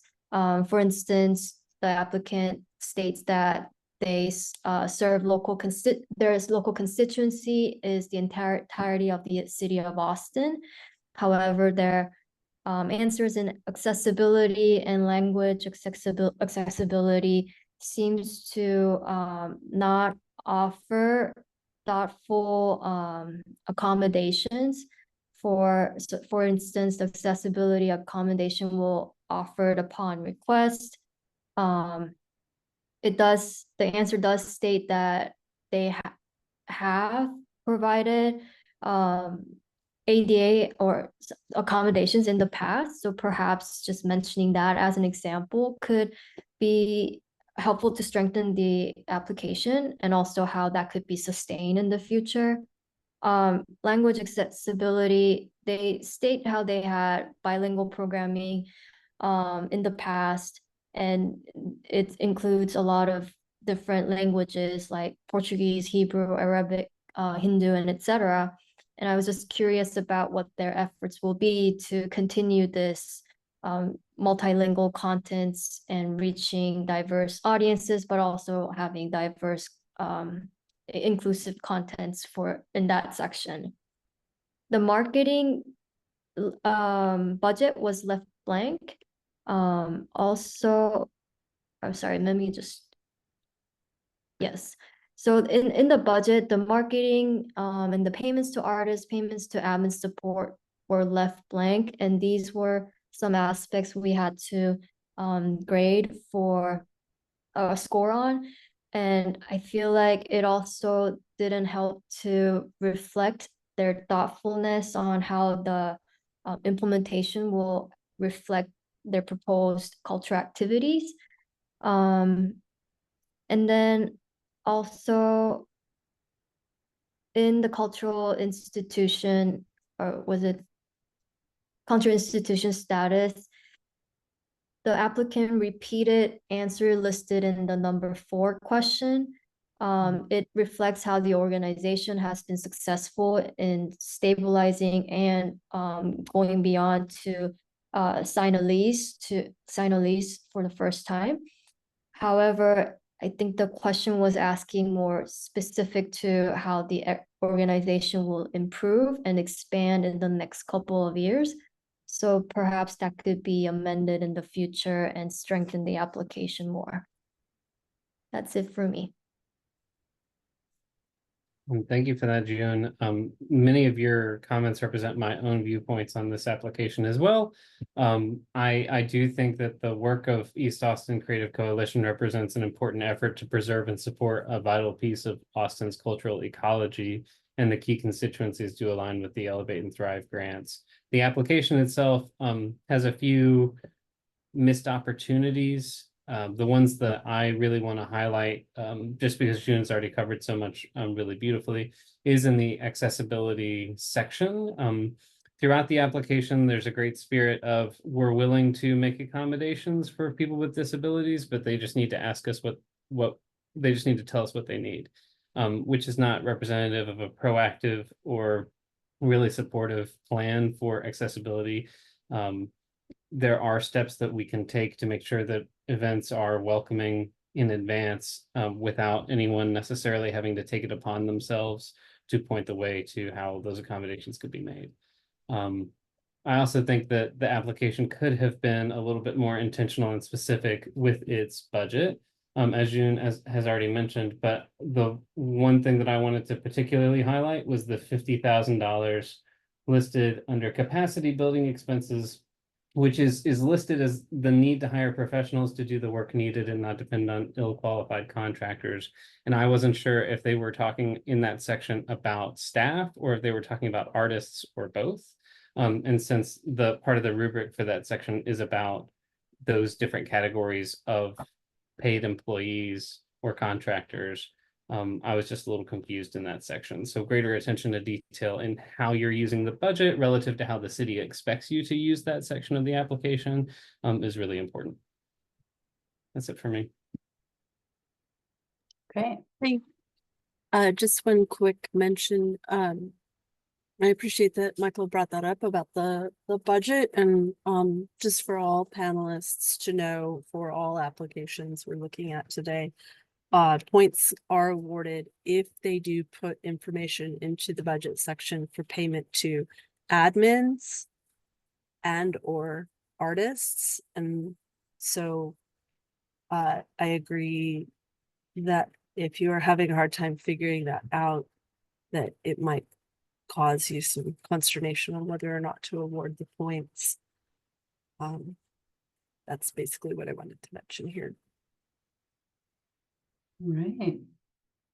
Any other feedback on this last application reviewing in this panel? B, is that a hand?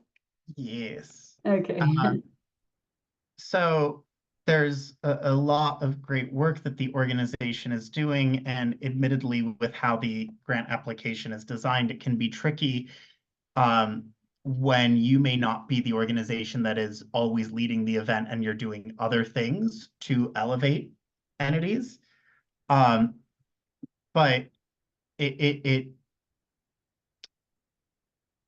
to be very direct, the language that was presented in the accessibility section as someone who is disabled, there's no other word that I can use for it other than erasure. And it's saying simply, right, because disabled people haven't come to us, no problem exists. And if I flipped that and I removed the word disabled and said Black or female, it would immediately get red flags and you would go, oh my God, most likely. So why is it okay when we're talking about the largest minority that exists within the Black community, the second largest minority that exists within the city of Austin, Texas? And you're saying you've been doing this for a long time. And so my concern is that maybe as an organization, it is to look at people who can widen this lens to what, pardon the pun in this regard here, may be your blind spots. Because this is a spot that, to be honest, I actually cried a little bit when I read that response. It was that concerning to me as a disabled person, and to see that the lack of all of this community that's seemingly not being served, given the lobbying work, which is not referenced here, but I know from elsewhere, that your organization is doing and has done, and that you personally as a leader have done. So the excuse that we haven't come to you, I know that, or hope that you as a person recognize that's not an excuse. And there's just so much more that could be done. And the beauty of this application, again, is that you don't have to have done it in the past. So use the advantage if you do get funding to look at those opportunities and how you could diversify your board, how you could diversify your leadership, how you could guarantee that the events that you support are including things like ASL or multilingual opportunities or sensory-friendly spaces or cart captions or virtual access or masked opportunities. You name it. There's so many. And the reality as a disabled person is most of the time, if it's clear I'm not welcome, I'm just not going to bother. And that is time. Thank you, panelists. If you would please finalize your scores and let Peggy know when you have done so.